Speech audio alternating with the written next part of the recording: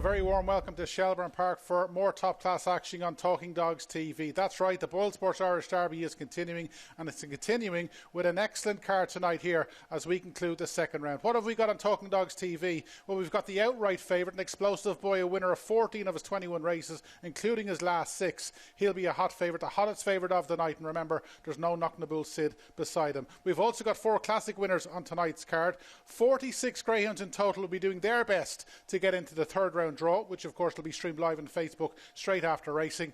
And we've also got Barry Cole and Ian Fortune to give you their knowledge, and hopefully plenty of winners right through tonight. And we might even catch in with Sarah Kinsella and Damien Lonergan from BoyleSports to see can they do their bit. So hopefully we'll try and make the night pay, as Carl Ramsbottom certainly helped last night, and you never know, we might catch up with Carl and plenty of other winning trainers right throughout the night. But let's look forward. In fact, let's have a look at the Talking Dogs TV pundits leaderboard, because it's early stages, but as you can see, and I'm not a man to brag, but just about I'm holding Barry and Ian at bay. But it's a big night, as we saw last week. Saturday really was the winning and losing of round 1. So let's go through the naps and next best tonight, and we'll start with myself because I am at the top of the leaderboard. I probably won't be saying that for too long, but I've gone for Lacazette, who is the nap of the night. I thought he was very good last week. He's got a really good sectional to the third bend, and he really stays well. His sectional from the third bend last week was 12.09, which is, yes, he'll be motoring home, and I think he could very well be the greyhound to follow in that race. And my second best of the night, my next best, I was close to napping her, but BallyMacBeanie, she's the next best of the night. She was brilliant last week. We heard from Declan Byrne. He told us last week on Talking Dogs TV she's going to improve with every round. A great night last night for the bitches. She's a former Oaks champion. He says she'll stay all day, and she just might have the beating of Deadly Destroyer. Those early stages in that heat will be fascinating. So at Lacazette, Nap and BallyMacBeanie, the next best. I might need those two to win to hold the two boys at bay. Right, let's get to Barry Cole. He's the man over in the kennels tonight. And Barry, we love the shirt, but before we lose the shirt, what are the best bets of the night? Yeah, good evening, Rob. Good evening, viewers at home. Yeah, my nap of the night is going to be Romeo Magico. It is in the toughest heat of the night. It's in heat number 10. We have Dearjet Sydney, the English Derby winner in this heat. Skywalker, Barry Droopy's, yes. Beach Avenue as well, out in 6. But I just think the early lead is up for grabs here. I think he has shown some fantastic early pace around here before. I think it's going to be half the battle in this race. I expect him to lead by 2 or 3 lengths into the back straight. I still think there's 29.50 in the dog again, and I think he'll be hard to catch. He's about 2-1. I think that represents a bit of value. That would be my nap. My next best bet of the night would come in the 9th race, Call Me Steve for Graham Holland. We see this pup run on really well here last week behind BallyMacArt. Pierno is about a 2-5 shot currently with BoyleSports. I can't see him going off that short. I think he'll go off maybe 4-6 or even shorter. I think he's got a horrible draw in trap 5. Although I've backed him for outright honours, I still think that Lord Boomerang, he's a big 86-pound dog. He does move in on the run-up, and I think Call Me Steve, there's plenty more to come from this fella. He's only a January 20, so at a big price, Call Me Steve. He's 8-1. He was available at 12s earlier on. So it's Romeo Magico, my nap, and Call Me Steve, my next best. Yeah, I'd agree with you with Call Me Steve, and I think most people will agree Perno is probably the greyhound to take on tonight. Never won over 5.50, and he's very short. Right, at the start of play, Ian Fortune would have been long odds on to be top of the leaderboard. We're not ruling it out, but Ian, give us your 2 best bets of the night. Yeah, what can I say? I've gone for Deadly Destroyer against you. I am a little bit concerned that he will edge right, but he's on the right side of BallyMacBeanie. If he produced his semi-final form from the Champion Stakes, he'd take the world of beating. He's very strong. If he gets to the front, there's no catching him. BallyMacBeanie is a worthy rival. And I've gone for Beach Avenue against Magnum PI's selection. Barry has gone for... Beg your pardon, what's he gone for in the race? He's gone for Romeo Magico. He's going to be vulnerable in the latter stages. There's plenty of early on his inside. He might just get things as easy into the corner tonight as he has done in recent weeks. And if he is held up, I thought Beach Avenue, with all the early speed in the race, would get a lovely run in behind and might just pick up the pieces in the latter stages. So I've gone for Beach Avenue, perhaps at a bit of a price to try and...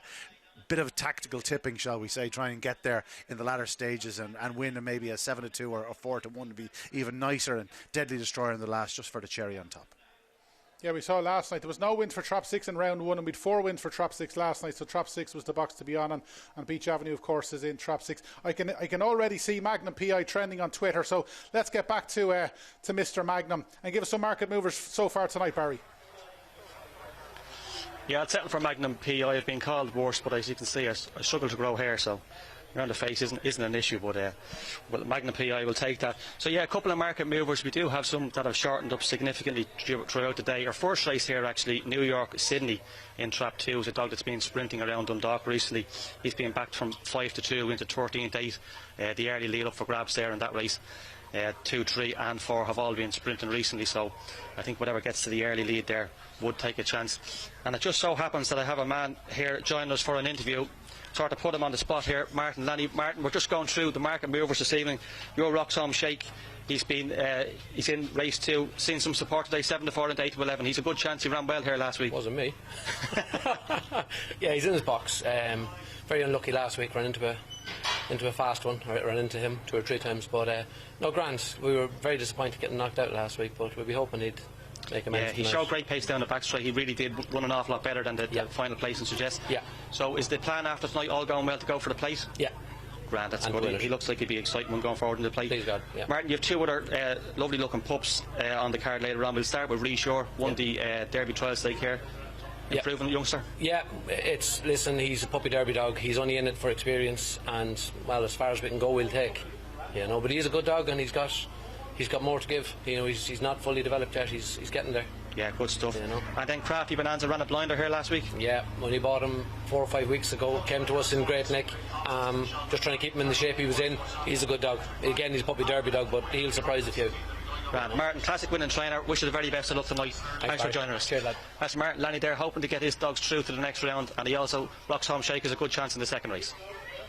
Yeah, we might be touching on the Michael Fortune Memorial Plate later in the programme. Of course, that's for greyhounds who've been knocked out in the first and second rounds of the Derby. It's a brilliant competition, and no doubt, that starts next week, so that's something to look forward to. It's going to be great stuff over the next few weeks. Right, let's get to Ian, because the action's just about to start.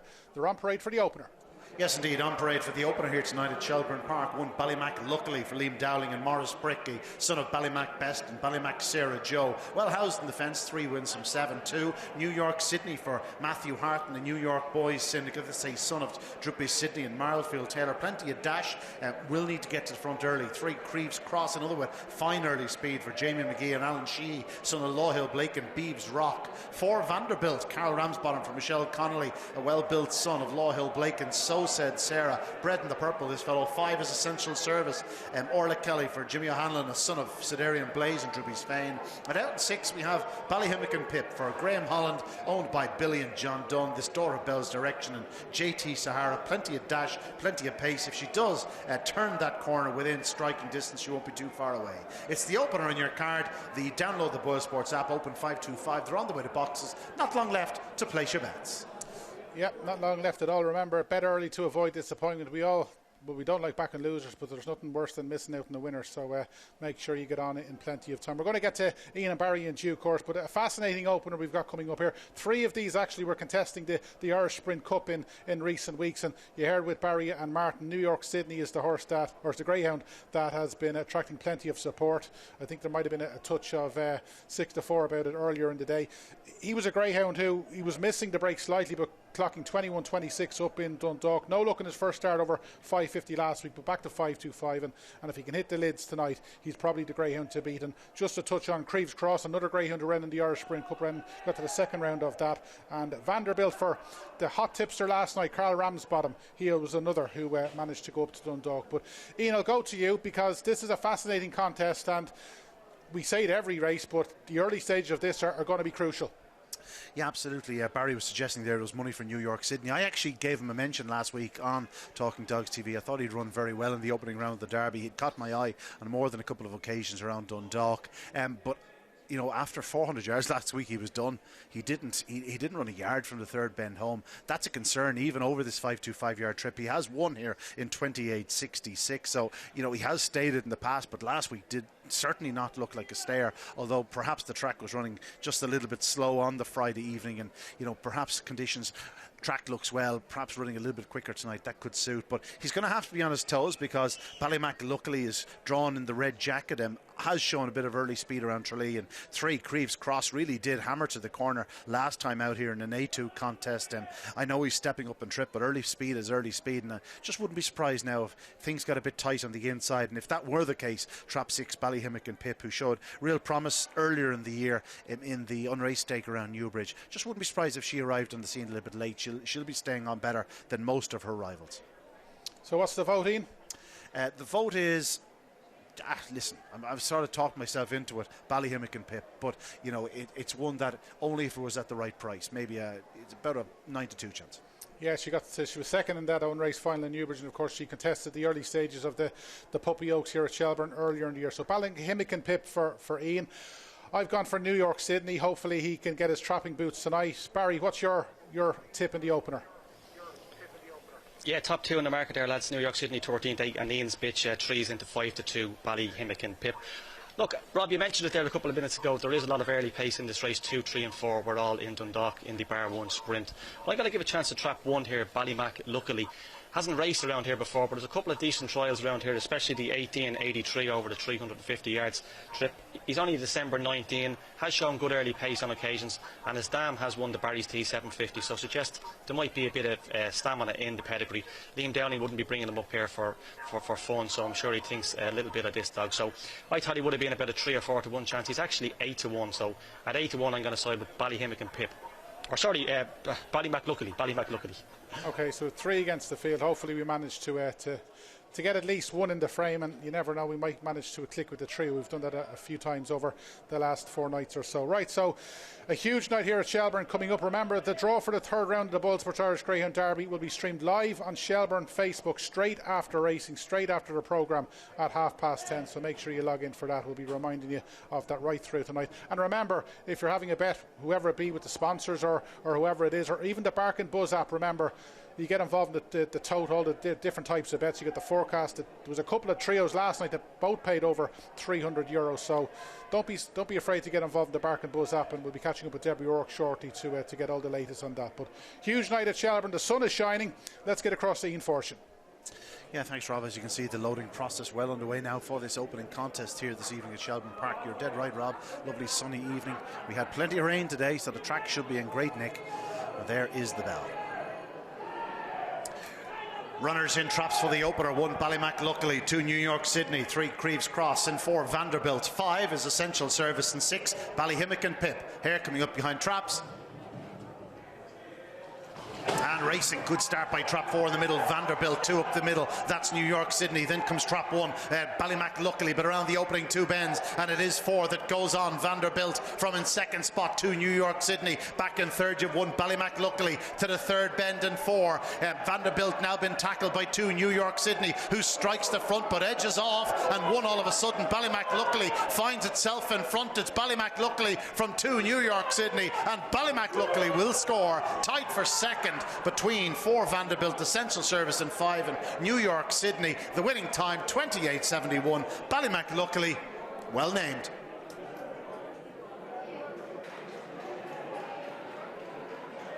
This because it was a race that changed on quite a couple of occasions. It looked as though Carl Ramsbottom was going to get the money again in the early stage, because Vanderbilt gets a flyer. Of course, he got to the third round of the Sprint Cup. New York Sydney was okay away, showed good early, but he somehow manages to hold his ground around the first 2 bends. And at this stage, Ian said last week he cut out after 400 yards, but this is where he makes his move. And at this stage, it looked as though he was the most likely winner, but he's just run off that third bend, and it's most definitely cost him the race, and it's cost Vanderbilt any chance of getting back into it. And Ballymac luckily up the inside, and you don't need to give the Dowlings a second chance, and well, he's managed to do that, and he's done it in pretty good style. You can say he's lucky or not, but he's managed to do it in 28.71. He's one of the 2 greyhounds in this race that was eligible for the Juvenile Derby. Of course, that starts the night before the BoyleSports Irish Greyhound Derby final, so one wonders if the Dowlings are trying to get him used to Shelbourne before that happens. But good start. Ian went for Ballymac luckily, and hopefully there'll be plenty more from the team right throughout the night. Now things are starting to get back to normal, as no doubt you've seen, and the various greyhound stadiums around the country, well, they're rephasing their opening of the restaurants, and this is what we have to look forward to over the coming weeks.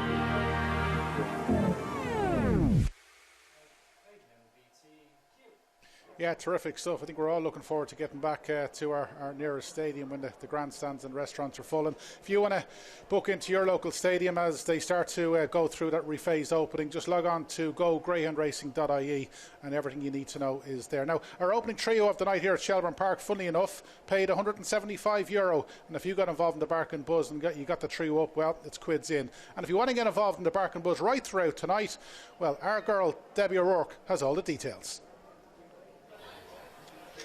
Yeah, thanks a million, Rob. But Debbie was, of course, the top tipster here last week. She put us all to shame. So, Debbie, thanks for joining us again this evening. So, I presume you look back at last night's racing. What took you right last night?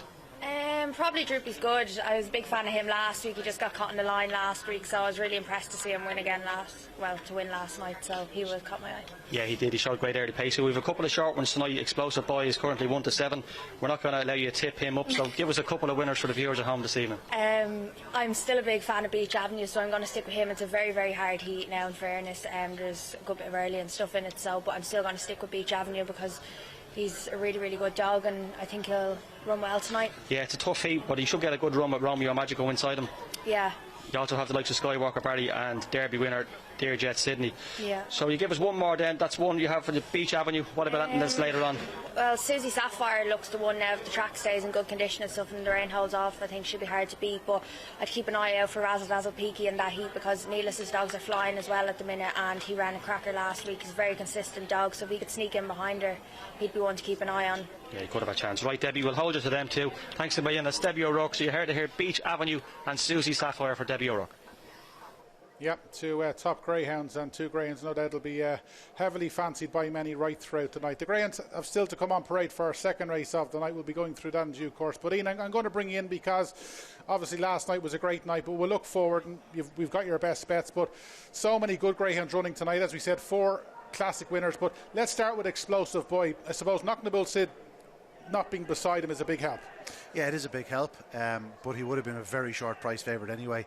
Instead of being 2-5 or 3s on favourite, I put 10 on the card, and I didn't think I was been overly cautious. I thought he was a 10-1 on chance.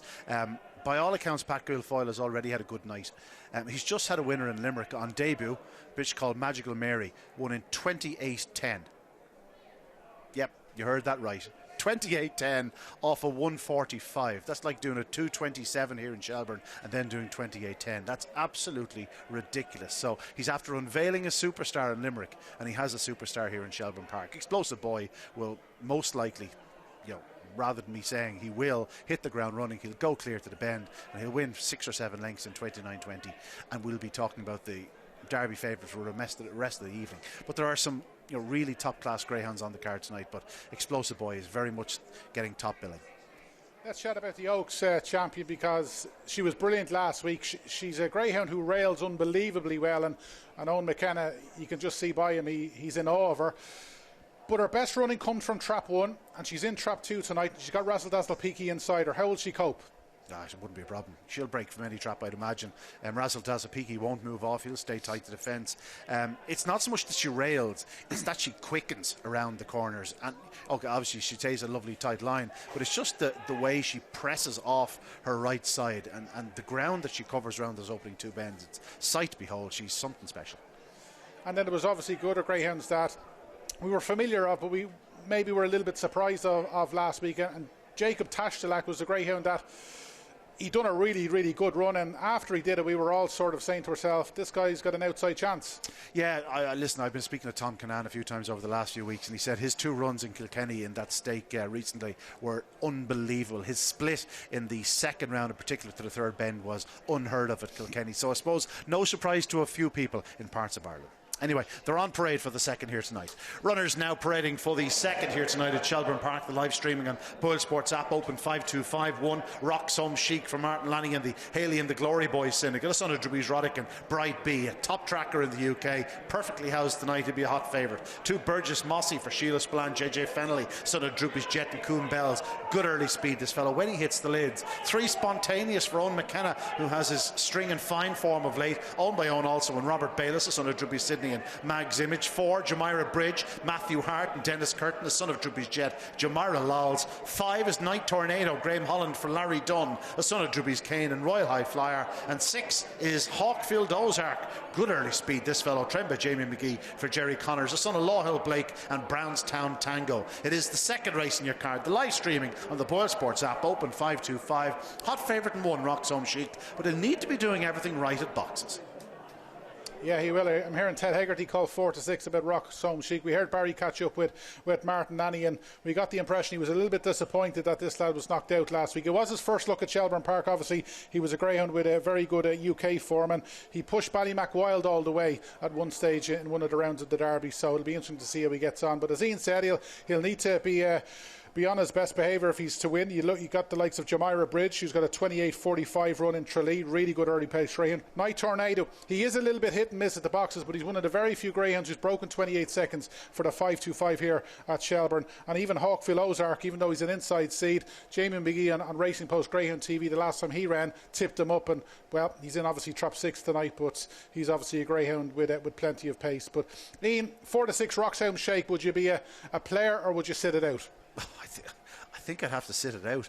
He's changing boxes. He was in 550 last week. He's in 525 tonight. He's well drawn on the fence, but 2 can fly to a corner. Okay, he's been inconsistent. The traps, he can go up well. 4 goes up fast. You know, we know how good 5 Night Tornado is. He's been disappointing this year, but he actually ran an awful lot better in defeat last time out than the form looks on the card. And 6 Hawkfield Ozark, the 28.39, showing great early speed in his latest start. He's a big price, but you know, Roxholm Chic will most likely go out and win. But at that price, I think I'll watch on. Okay, honest as always. Barry, we'll bring you in here because you're a man who likes to take on short price favourites. Obviously, you were talking to Martin Lanny, and I don't know if what he told you off air, but what would you think about taking this lad on? Yeah, look, I thought he ran very well last week. I just don't think 1 is ideal for him, and I think he's better over the 550 trip. He's against some seasoned campaigners in here that have been here and done it, and I give 4 here, Jamira Bridge, a chance for Matthew Hart. He's a dog with really, really good early pace. He's clocked 28.28 around here before in the past. He's currently a 5-1 shot, although I do think Roxholm Shake will end up being the best of these, no doubt about that, and I think he'll go well in the plate. I think trap 4 could be away and gone before he sees where he is tonight. I'll go with 4 Jamira Bridge to beat trap 1.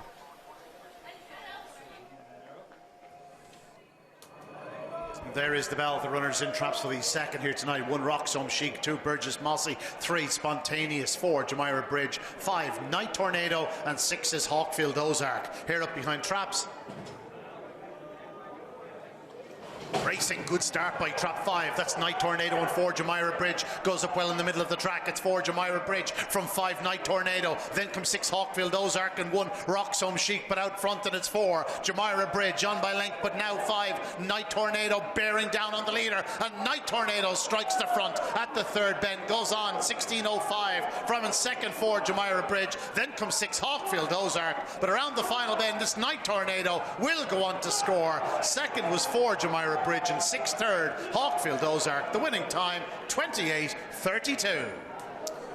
Yeah, 28.32, a really good run. 2 really good runs already here tonight at Shelbourne suggests that this track is going very, very well, and that sets it up lovely for the Derby. It set it up lovely because 3 or 4 of these were well away. Night Tornado was well away. Roxholm Shake broke well, and 4 Jamira Bridge, as we expected, was the one to catch in the early stages. Off the second bend, Jamira Bridge led, but Night Tornado, we know he stays well, and at this stage, he was the most likely leader. He was certainly most likely to outstay Jamira Bridge, and once he took over at the third bend, he was never really going to get caught. Obviously, Graham Holland, he's had a good couple of weeks, and I'd say he thought this lad might go a few rounds in the Derby. Didn't quite happen, but he's going to be a leading fancy for the Michael Fortune Memorial Plate, and he's done that well, and he's obviously a greyhound who starts, he stays, as we said. He's one of the very few greyhounds to break the 28-second barrier here at Shelbourne Park, and he's done it well tonight, and he done it well without leading early on.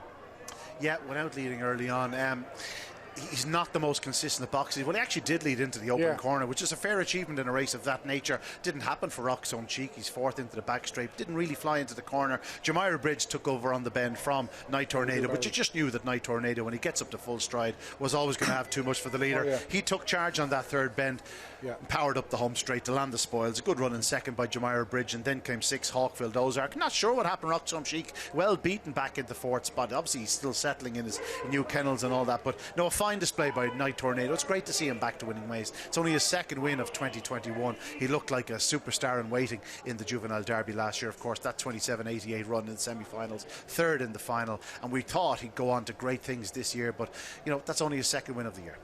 Yeah, absolutely. Barry, we'll bring you in here because it was a race that we didn't really know what was going to happen, but I suppose once Night Tornado turned close to Jumeirah Bridge, he was more than likely going to pick him up. Yeah, he's a strong sort, and he's improved recently with the move to Graham Holland. I thought forward would have been clear into the back straight. Although he did lead, he was always going to be caught. He wasn't quite the 3 or 4 lengths clear that I thought he would have got. And once Night Tornado was that close, he was always going to pick him up. Rock's Home Shake, I wouldn't give up hope with him. I think the 550 will suit him better, a longer run to the bend, and I think there's much more to come from him. If he comes off safe and sound tonight, as we heard from Martin earlier on, he will be aimed at the plate, which I presume commences next week. But a good winner nonetheless, and a good start to the night for Graham Holland. Now I'm delighted to say I'm joined by Brenda Powderly of the Irish Retired Greyhound Trust. Brenda, you're very welcome to the show. Thanks for joining us. Brenda, for people that don't know, just give us a brief introduction to the Irish Retired Greyhound Trust. Well, the Irish Retired Greyhound Trust was set up about 22 years ago, and for the purpose of rehoming greyhounds after when they'd finished racing, rehoming them as pets. In previous years they were mainly rehomed abroad, but thankfully in recent years, and particularly in the last year, Ireland has really taken off. Like yourself, you see people out with pet greyhounds everywhere, so it's fantastic what's happened in the last year in Ireland, and this is where we want more of them to stay. You really can, especially in my area out in North Dublin. You can see an awful lot of people bringing greyhounds to school with kids in the morning, and kids walking them, and the kids look great with the smaller or the bigger dogs, of course. 1,300 greyhounds rehomed already this year. 1,300 rehomed so far this year. Yeah, exactly. It's fantastic. Just how would people go about retiring their greyhound? Well, it's a very, very simple process. The first thing when you do decide, and I do always say to people, don't leave it to the last minute, kind of plan a little bit ahead. And like if you have a dog that's coming to the end of his racing days, maybe we'll say a month or two beforehand, just say, well, okay, I could be finished racing this fellow whenever. Contact the Irish Retired Greyhound Trust, contact Joanne, and she'll set you on the right track. And it's a very, very simple steps along the way to get your dog on the couch. Now, I'm not wearing these shorts for fun, so last week I wore a shirt like this and we auctioned it off for the Irish Retired Greyhound Trust.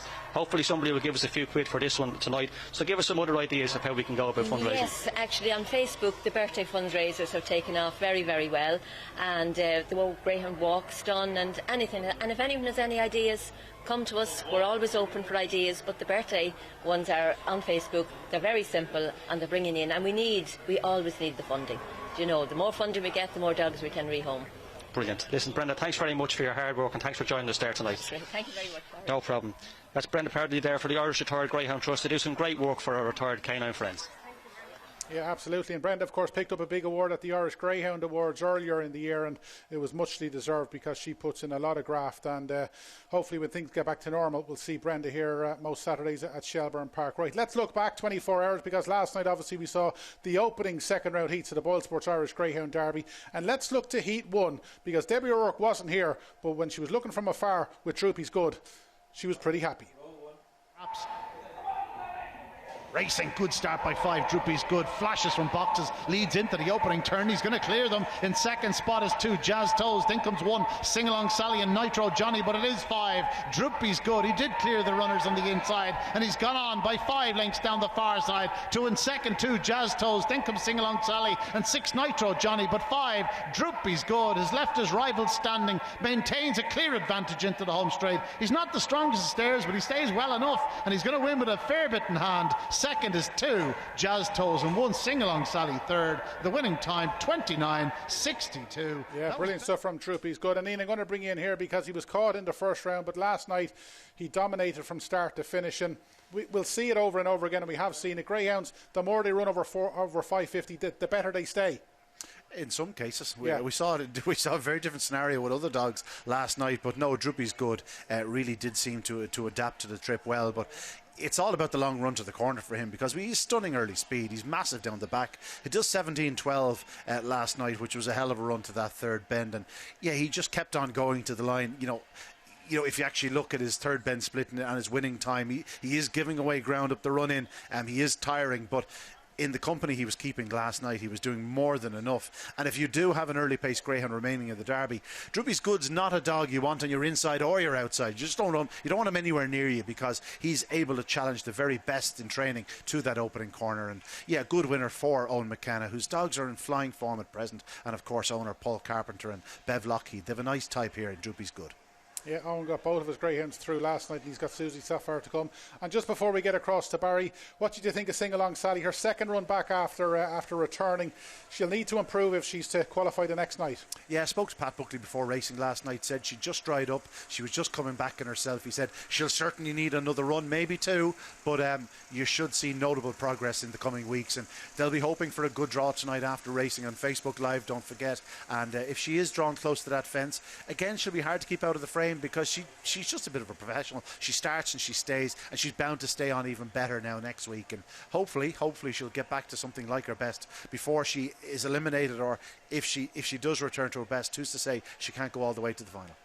Yeah, absolutely. Good to see her back, and no better man than Pat Buckley to get her going over the next few weeks. Right, let's get back to Barry, because one female who's a big fan of the females is Sarah Kinsella. She was giving us winners left, right and centre last night, and Barry's caught up with Sarah once again. Yeah, thanks Rob. She certainly did put us tipsters to shame last week in the tipping stakes. I'm delighted to be joined by Sarah Kinsella of BoyleSports. Sarah, you're very welcome. Congratulations on your tipping prowess last night. You put us all to shame. Yeah, great night. Thanks be to God. It was a set to Rob, the odd blind squirrel finds the odd nuts. So look, I could have a terrible night tonight, but we'll see how it goes anyway. Yeah, that same went down well with my director in my ear last night. What was your highlight of the racing last night, Sarah? Oh God, it's very hard, but Scooby Princess, she was simply sublime, wasn't she? I think that's the best I've seen her break. I know she does that every so often, but like the year that she's had as well, she was winning 6 or 7 in a row at one stage. She was withdrawn one night, she was offered dinner. She came back, and then she does this in the Derby. She went so far in it last year. She has every chance of going all the way this year. I think it's still 7-2 for a bitch to win the Derby. She's been cut into 16-1 from 25-1. So look, Dame O'Lonergan obviously is worrying now about her big odds, because of the way she ran last night, 29.40. I think she was the fastest time of the night last night as well. And Jack's little thing, like I know you came from behind the Coolavani chick, but I mean her pups are only 14 weeks old, so she's still getting back to race fitness. But for him to still do that was pretty awesome, and like, he justified his short odds, didn't he? But look, he still remains 6-1. Another dog then, Ariel, she's 10-1 from 12-1 today, and then obviously from last night, Wild remains 6-1, Ballymac Wild, and Droopy's Good 33-1 from 100-1. He ran awesome. Yeah, I thought he was very good last night for Paul Carpenter and Bev Lockheed. Now Sarah, moving on to tonight's racing, you are the lady responsible for pulling out these dogs in heat number 10 tonight. Dear Jet Sydney, Skywalker, Barry, Penny Lane, Sheba, Droopy's Yes, Romeo, Magico and Beach Avenue. You've done a fair job there in that heat.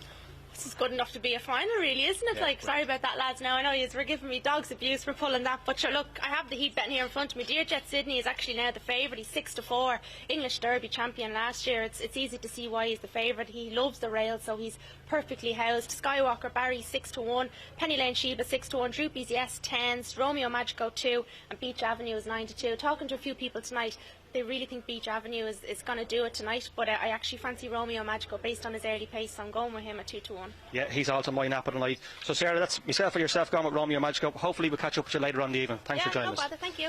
So there you go, myself and Sarah Kinsella both napping up Romeo Magico. Rob, that's the one to get on. Yeah, if he gets beat tonight, Barry, I think Sarah will be looking for you. Right, they're on parade for the opening heat of the night. This is where the business really gets going. Let's get across to Wien.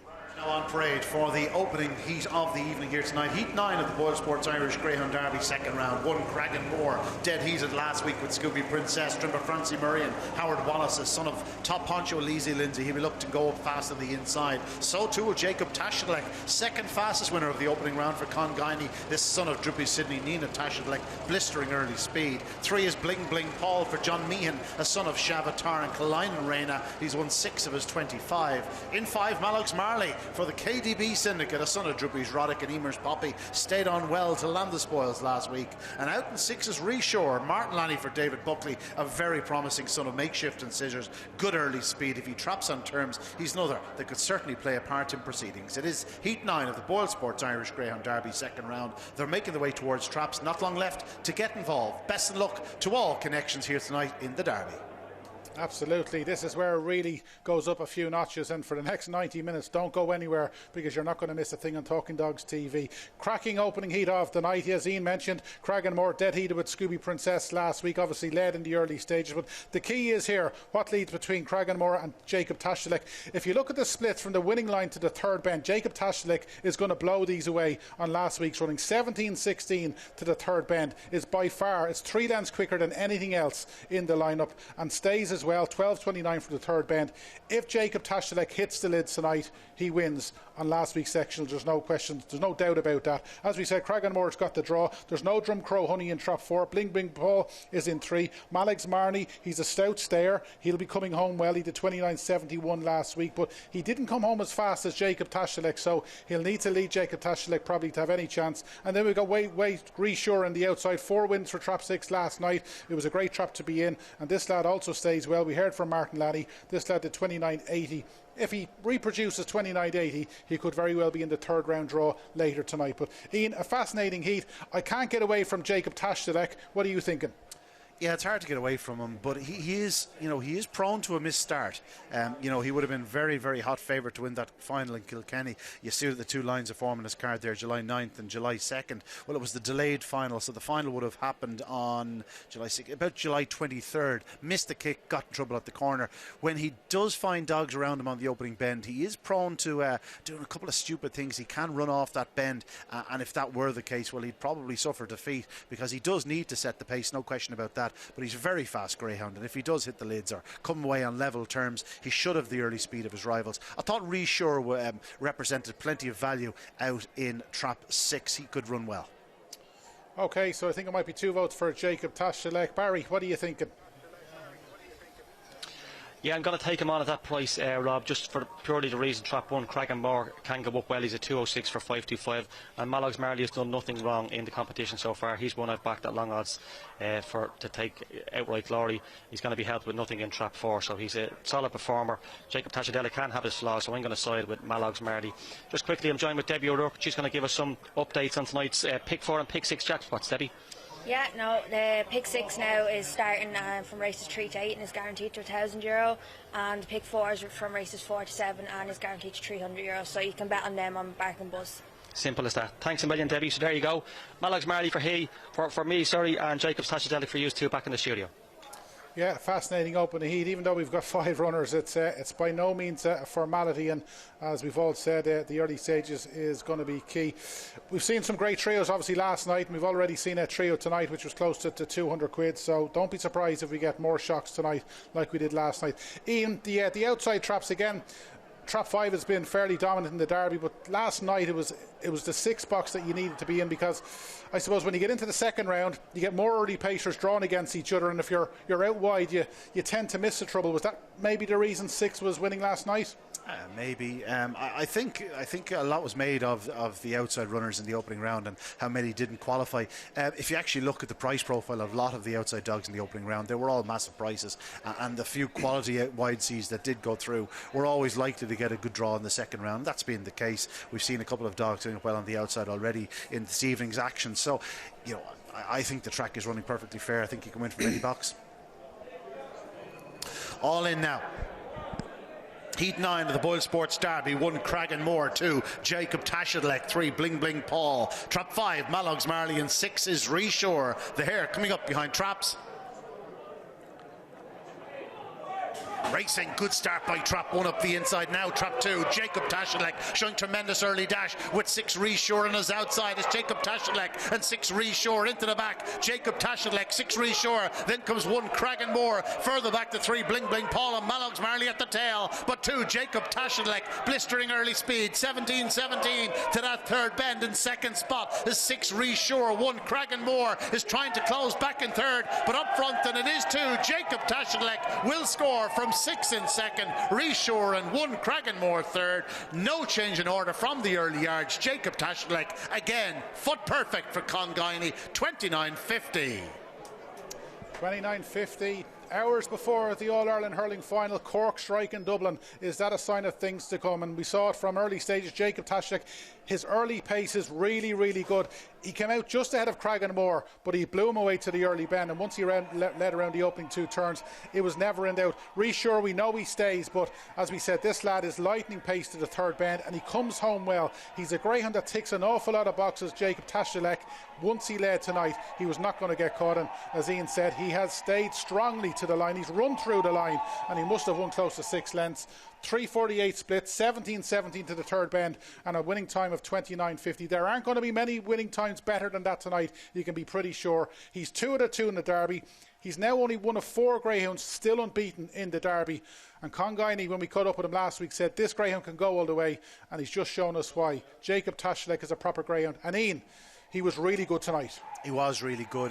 Came way on terms. That's the key to his success, because he has tremendous early speed. You know, Reasure is right there beside him, but we know he has brilliant early speed too. But Jacob Tashalek, with the inside line in his favour, goes on by a length and a half into the back straight, and he really does put the foot down into that 3rd bend. Opens up by 2.5, nearly 3 lengths at this point. He's doing 17-17. It's a good run. Droopy's good, 17-12 in the corresponding heat last night, and 29.50.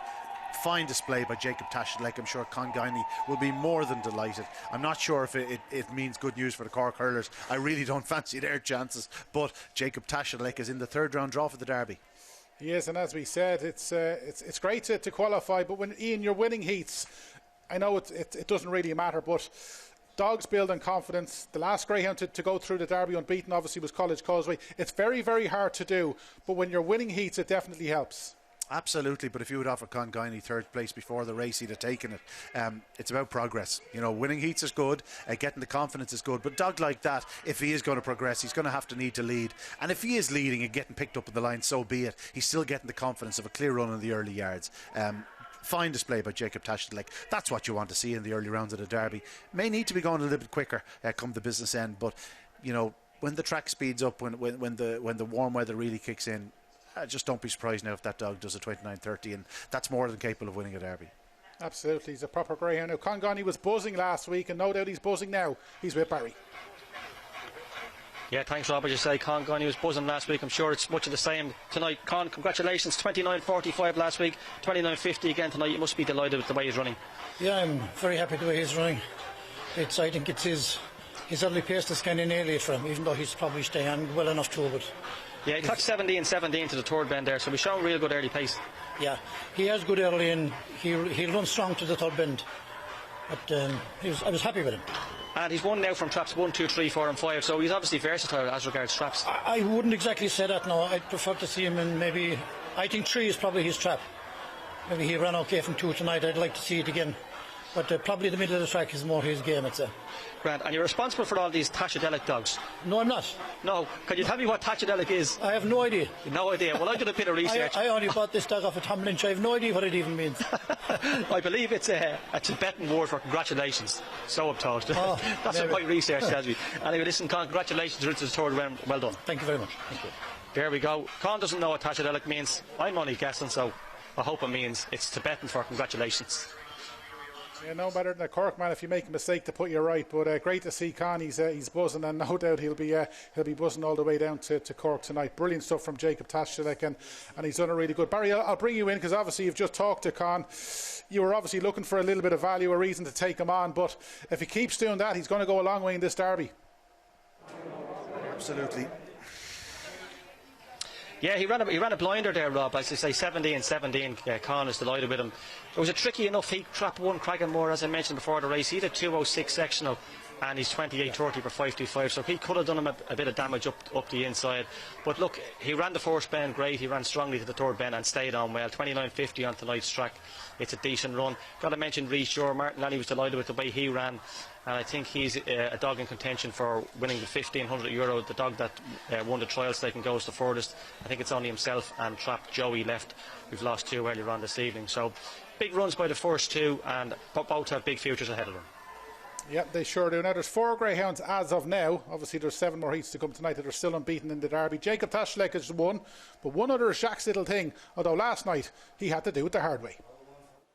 And Traps Racing, good start by Trap 2 up the inside. Coulivanny Sando, Jack's Little Thing caught a little bit in his hind legs, and it is 6 Coulivanny Chick that clears the bend. 5 Jack's Little Thing now in chase in second, but forced to check, and it is 6 Coulivanny Chick, but here comes 5 Jack's Little Thing up the inside. Still Coulivanny Chick, but there goes Jack's Little Thing up the inside, hits the front by a length, now 2 lengths, 2.5 lengths, 3 lengths. Jack's Little Thing didn't hit the ground running, but he's gone on to a very comfortable success in the finish from 6 Coulivanny Chick and 2 Coulivanny Sando. 29.71, not quite the fireworks of last week, but if you are in...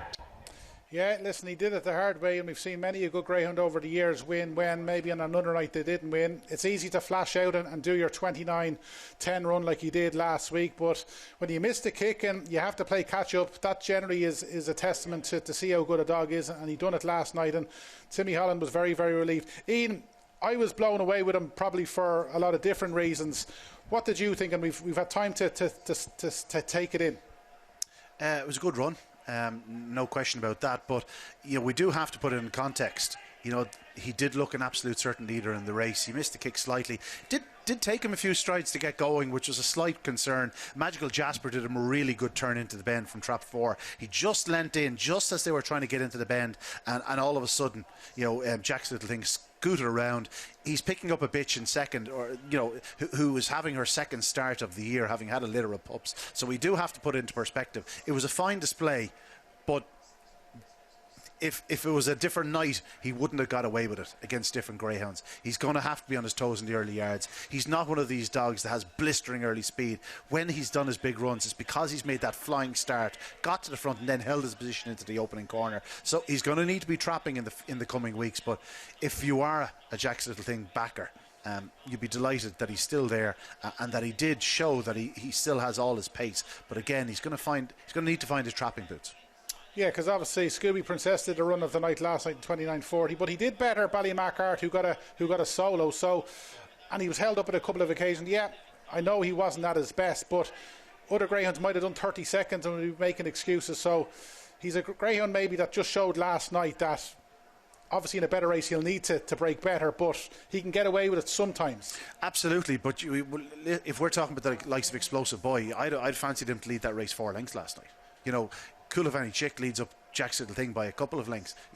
He's not going to be picking up Explosive Boy for 6 lengths in front of him. So he's going to have to find his trapping boots. It's as simple as that. It was a fine run. Just shows that he's in good heart. The 29-10 last week was hugely impressive, but it's not in the opening round you want him to be doing it. You want him to be doing it in 3 weeks' time. Listen, I'm sure Graham was very easy on him during the week when he saw the draw. Probably not tuned to the nth degree. Probably did very little work, if any, during the week. Probably on his bench for most of the week. And it's job done. Box ticked. Move on to the next round. Be interesting to see the draw next week. Just what Jack's Little Thing we get. Yeah, I wonder will we get Jack's Little Thing against a couple of the big guns. He won't have an easy week next week if that's the case. Right, let's get back to Barry because he's caught up with Patrick Flynn. Yeah, thanks Rob. I have Pat Flynn here, General Manager, Shelbourne Park.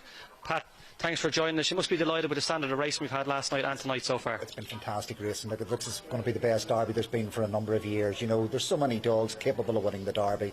There's fantastic performances last night. Scooby Princess, All About Ted, Jack's Little Thing, Droopy's Good, all ran fantastic races. And tonight's performances look as if they're going to be every bit as good.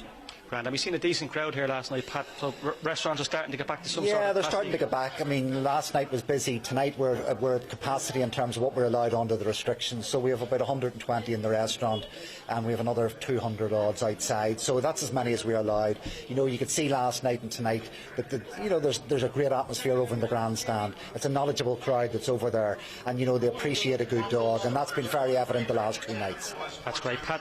Long may you continue the capacity, and thanks for joining us. That's Pat Flynn there, General Manager, Shelbourne Park.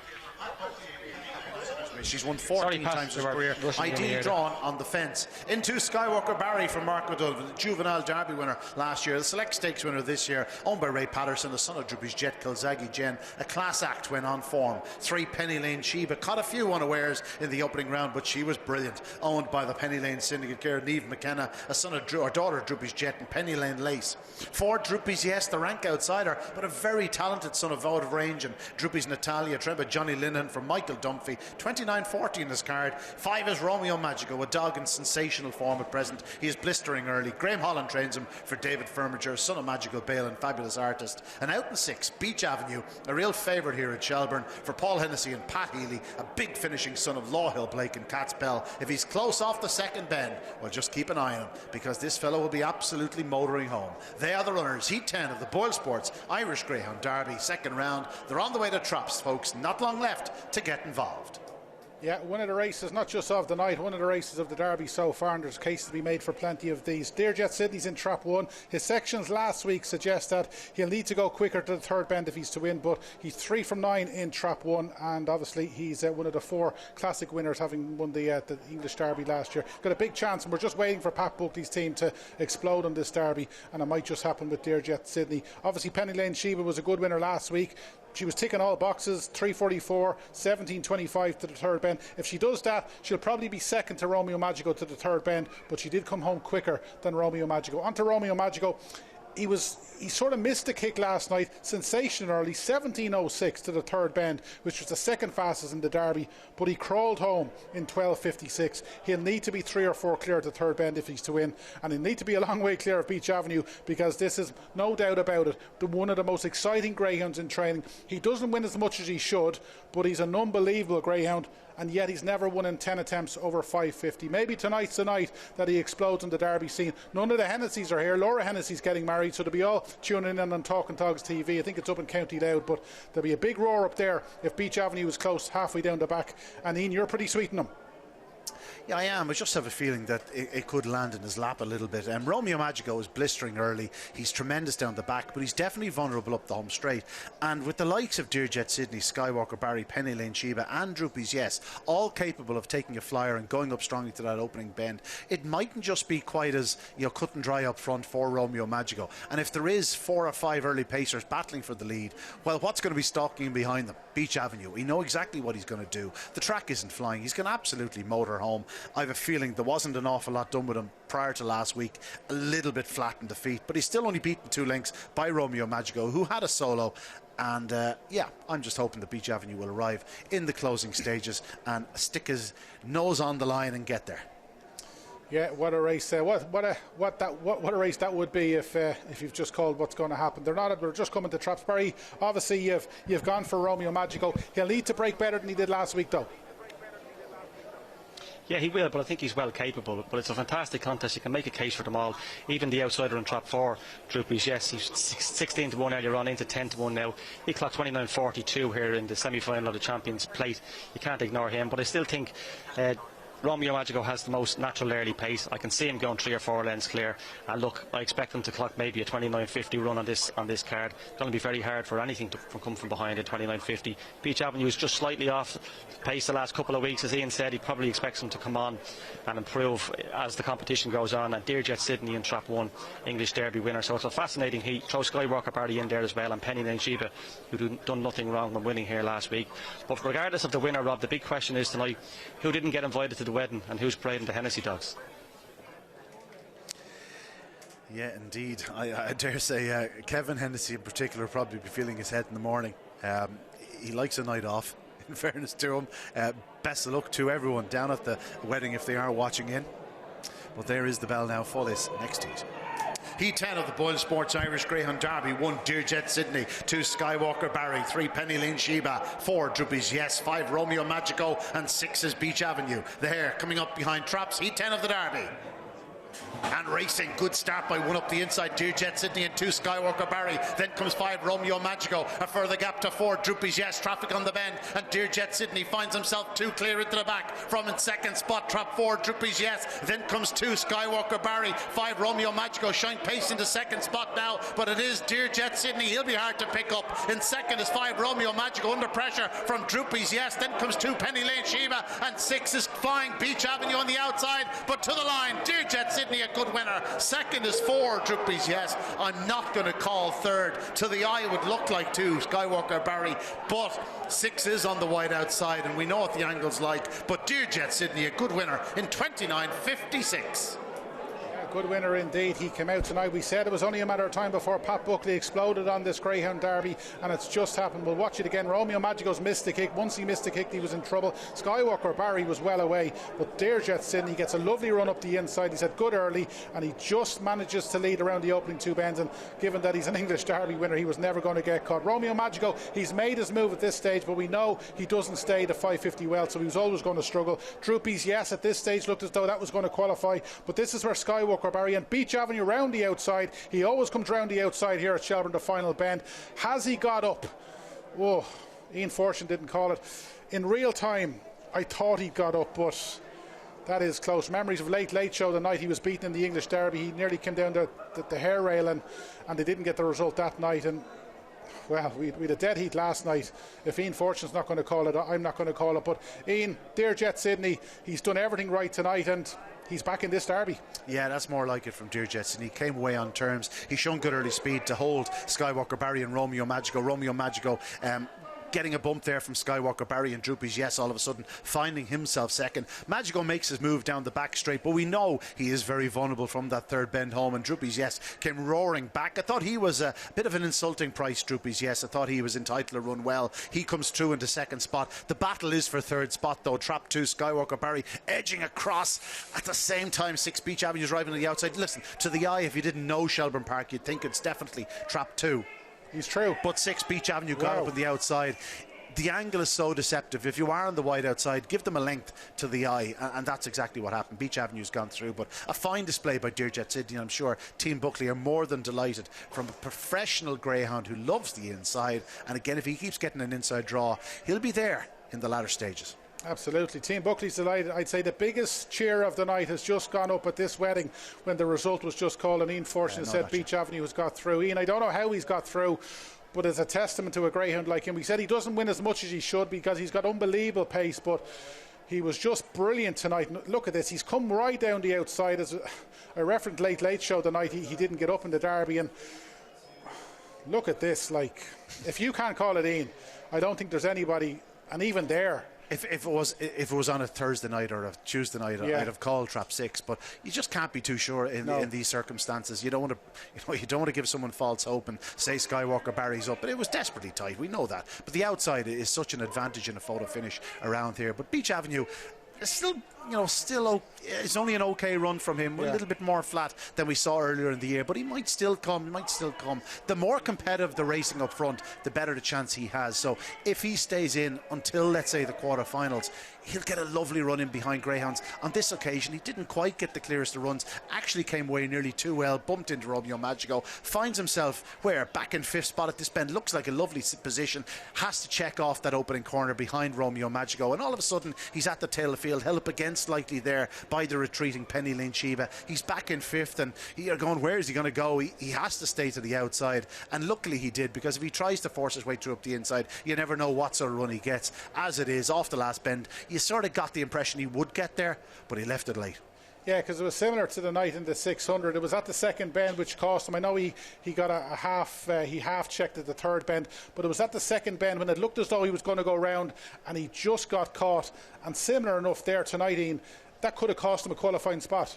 It did, but listen, it's about Dearjet Sidney tonight. He's the winner, and in fairness, the second spot, Droopies, yes, at a big price, runs very well. He can go faster than he did tonight. Just don't go ruling him out in future rounds. But no, good winner, good second, and slightly lucky, but a good third, Beach Avenue. Yeah, always good to be lucky. And as Ian said, listen, the winner is Dearjet Sidney, and Pat Buckley will be very, very happy. And speaking of Pat, his daughter Emma is now with Barry. Really? Yeah, thanks, Rob. I've just got a compliment about my short, but that's just probably because she's just won the last seat there. Emma Buckley joins us. Emma, congratulations, you ran a blinder there. Yeah, thanks, Barry. That's the Dearjet Sidney we know and love. Probably just took him 1 or 2 runs coming back from England to get his trapping right, but showed a nice start early, and he stays this trip very, very well, and he loves Shelbourne, so delighted with that run. Yeah, he's really running into form. Last year's Derby winner in England. That's his 4th win now from Trap 1. What trap do you think is his best run? Yeah, look, he does love one. I think, he's a one professional, but he can run out of 2 or 3. Once he claims that rail, he's a different dog. But yeah, look, we're just delighted to have him through to next week, really. And Sing Along Sally ran a blinder last night. She didn't get to the front, but she still qualified in third place. Yeah, again, delighted with her because, you know, she's only very fresh out of season, and so it was a bit of a rush to get her ready for the Derby, but I thought she ran on very, very strongly last night, and delighted to have her safely through as well. And look, you're still there. Congratulations. Thanks for joining us. Cheers. Thanks Emma. That's Emma Buckley there, Deirdre Sidney, after winning her last race.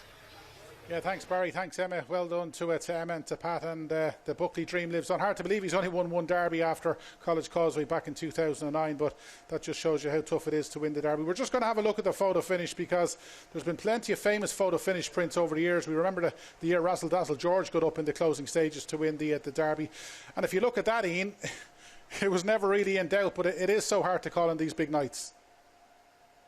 I suppose it's a good short head, yeah, close to a head. You speak about famous photo finishes. Pat Buckley was involved in one of the most famous. Slip the Lark was denied by Shelbourne Aston, of course, in the Derby decider by the shortest of shorts heads. I know you spoke of Razzle Dazzle George as well, but yeah, two of the most famous photo finishes.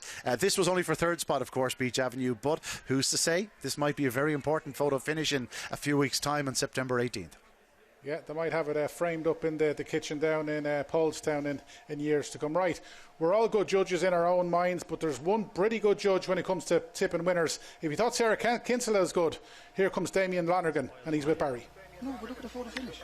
Yeah, thanks Rob. I'm delighted to be joined by my best friend in the whole wide world, Damien Lonergan of BoyleSports. Damien, you just said you're very nervous, you said off camera, but delighted to have you here finally on the show. I don't know, it's the lights now or the shortest are that kind of has me all over the place, but... It's probably the short, Damien. Probably the short. Damien, Explosive Boy, obviously your biggest loser in the book. What's next in after that? Rural Star is not a good result now, but I'm not sure. Hasn't really ran the last couple of races here. I wouldn't be too worried, but Explosive Boy could be P45 job come the 19th of September if he wins. We're 7-1 on tonight. I wouldn't say you've seen much action at that price. No, but we've done the lengths. We're betting between 6 to 7 lengths, and they're all in the unders because of the rain. But the track seems very good out there, so I'd be going the overs anyway. Yeah, I think No Green Dye is certain to finish well in second, or well, if he gets second, he's a strong staying sort. Will you give us one later on the card that you could see going well? So Skywalker Silla. Skywalker ran well the last night, coming back from season. Mark O'Donnell's dog, see, I know Skywalker Barry was unlucky there, but he did trap. He done everything right there. He just got trouble at the corner. But I think if she traps, I think she's the one to beat in that heat. Ran well, yeah. And away from greyhound racing, Damien, an awful lot of people wouldn't know this, but we've seen the lads in Cork win the gold medal in Rowan there recently. Myself and yourself represented Ireland in the lightweight sculls in 2008 in Beijing. We didn't quite make the final. We finished fourth in the B final. But how do you look back at those 6 weeks? It was a brilliant 6 weeks, but the diet just didn't suit us, did it? Like, the diet, I just couldn't stick that. Like, we could, the temperature, everything's fine, but the grub we were eating over there, we just couldn't hack it, Barry. Damien, thanks very much for your time. I can hear you giggling in my ear. It is true. Myself and Damien Lonergan did represent Ireland in the 2008 Beijing Olympics. Yeah, I don't know if that's true or if that's a porky, but time will tell. And if it is true, well, you learn something new every day, that's for sure. Right, let's get back to reality, and we've got heat 11 of the BoyleSports Irish Derby coming up. We've only had 2 heats tonight, and it's already been an unbelievable night's racing. And well, look at this, and it just tells you that the night goes on when it comes to top class action. We've got Razzle Dazzle Peaky on the inside. He was really good last week, got up close home to a win for Neelis O'Connell. Neelis had a good night last night, I think. Both he got a couple through, so the O'Connell dream lives on, of course, representing Kildare, the Kildare Kilcolgan syndicate, the lads from Eadstown in Kildare, so they'll be hoping that this lad can get through to another night. Susie Sapphire, obviously she's the fastest lady in training at the moment. She's the Oaks champion. Owen McKenna was delighted with her last week. The worry, and we'll talk about this in due course, is that most of her wins have come from Trap 1. She's a 7-time winner. 5 of those have come from Trap 1. Just wonder if being in the blue jacket tonight is going to restrict her early on. Cash return, we got Burgess Pippa. Swordsmeister's got a big chance for the man in form, Graham Holland, and we've got the 2019 runner-up BoyleSports King. Ian, over to you. Yeah, the runners now on parade for the next heat of the BoyleSports Derby. In red, Razzle Dazzle Peaky for Neelis O'Connell, the Kildare Kilcolgan syndicate, son of Meg Shifton. Razzle Dazzle Prue, a model of consistency, a very popular greyhound. 2, Susie Sapphire, the Oaks champion, blistering early speed, trained by Owen McKenna for Peter Comerford, a daughter of Drippy's Jet and Jetstream Links. 3 is Cash Return, a strong runner for Brendan Mansell, Peter Kelly, a son of Kinloch Bray and Peter's Queen. 4, Burgess Pippa, Sheila Spillane, JJ Fenley, a daughter of Drippy Sydney, and Burgess Madam. 5 Swords Maestro for Graham Holland and Barbara Lowndes, the son of Droopy Sydney and Limini, and completing their lineup in 6th, the 2019 Derby runner-up, BoyleSports King. Isn't it great to see him back? Well done to Dolores Ruth for bringing him back to health. This fellow owned by John Boyle, the son of Makeshift and Razzle Dazzle Prue. They are the runners. It is Heat 11 of the BoyleSports Derby. They're on the way to traps. And Robert, just before I go, it is true, Barry and Damien were in Beijing in 28:08, but rather in the skulls, they were actually just sculling. They were sculling pints. Yeah, that sounds about right. I think we'll be talking about this for plenty of weeks to come. It'll be worth talking about on Derby final night. Right, let's have a look at this mouth-watering Heat 11 coming up. Razzle Dazzle Peaky, as we said, in Trap 1. He's got a great chance of qualifying. He's not going to be the quickest away. It's his staying power that's his biggest trait. He clocked 12:25 from the third bend last week. He'll be staying better than him and BoyleSports King will be staying better than most, but the key is how close they are. Susie Sapphire, she's a certain leader tonight if she hits the lids. She was the fastest sectional last week, 3:33. Joined fourth to the third bend, 17:12, but 12:47. It's not bad, but she'll need to be a good way clear if she is to hang on. And the one I've gone for is Swords Maestro, 3:41 split last week, 17:22 to the third bend. If they repeat last week's sessionals, he'll be a length and a half off Susie Sapphire, but from the third bend onwards, he's 4 lengths faster. If Swords Maestro comes out tonight, and he is hit and miss, but if he comes out tonight, he could put it up to Susie Sapphire. It's Swords Maestro for me, Ian. What is it for you? I'll go with Susie Sapphire.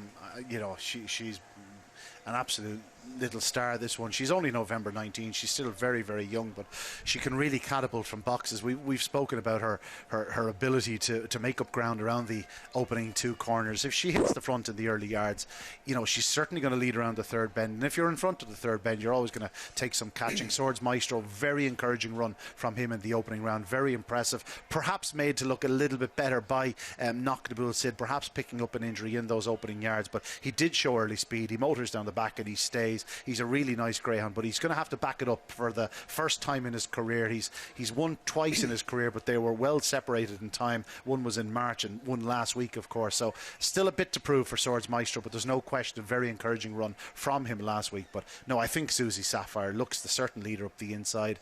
Very interesting to see how BoyleSports King runs, of course, the 2019 Derby runner-up. It's great to see him back. Really was a special greyhound in his youth. He's only won the once, but in fairness to him, I think it was his 8th start in the Derby final, or 9th start in the Derby final, so you can't really read too much into it. He's a very, very fast greyhound in his day, but he's now near veteran. He's only had the 15 starts, but no, Susie Sapphire for me.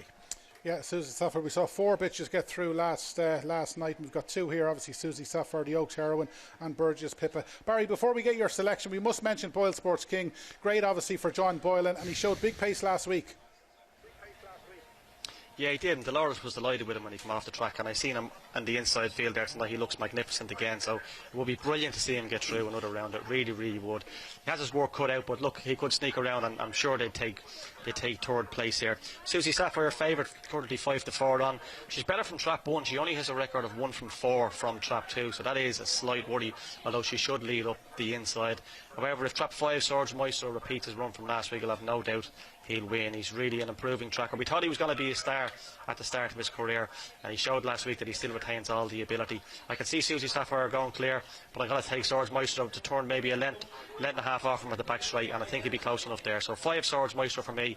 Fingers crossed that the King qualifies as well.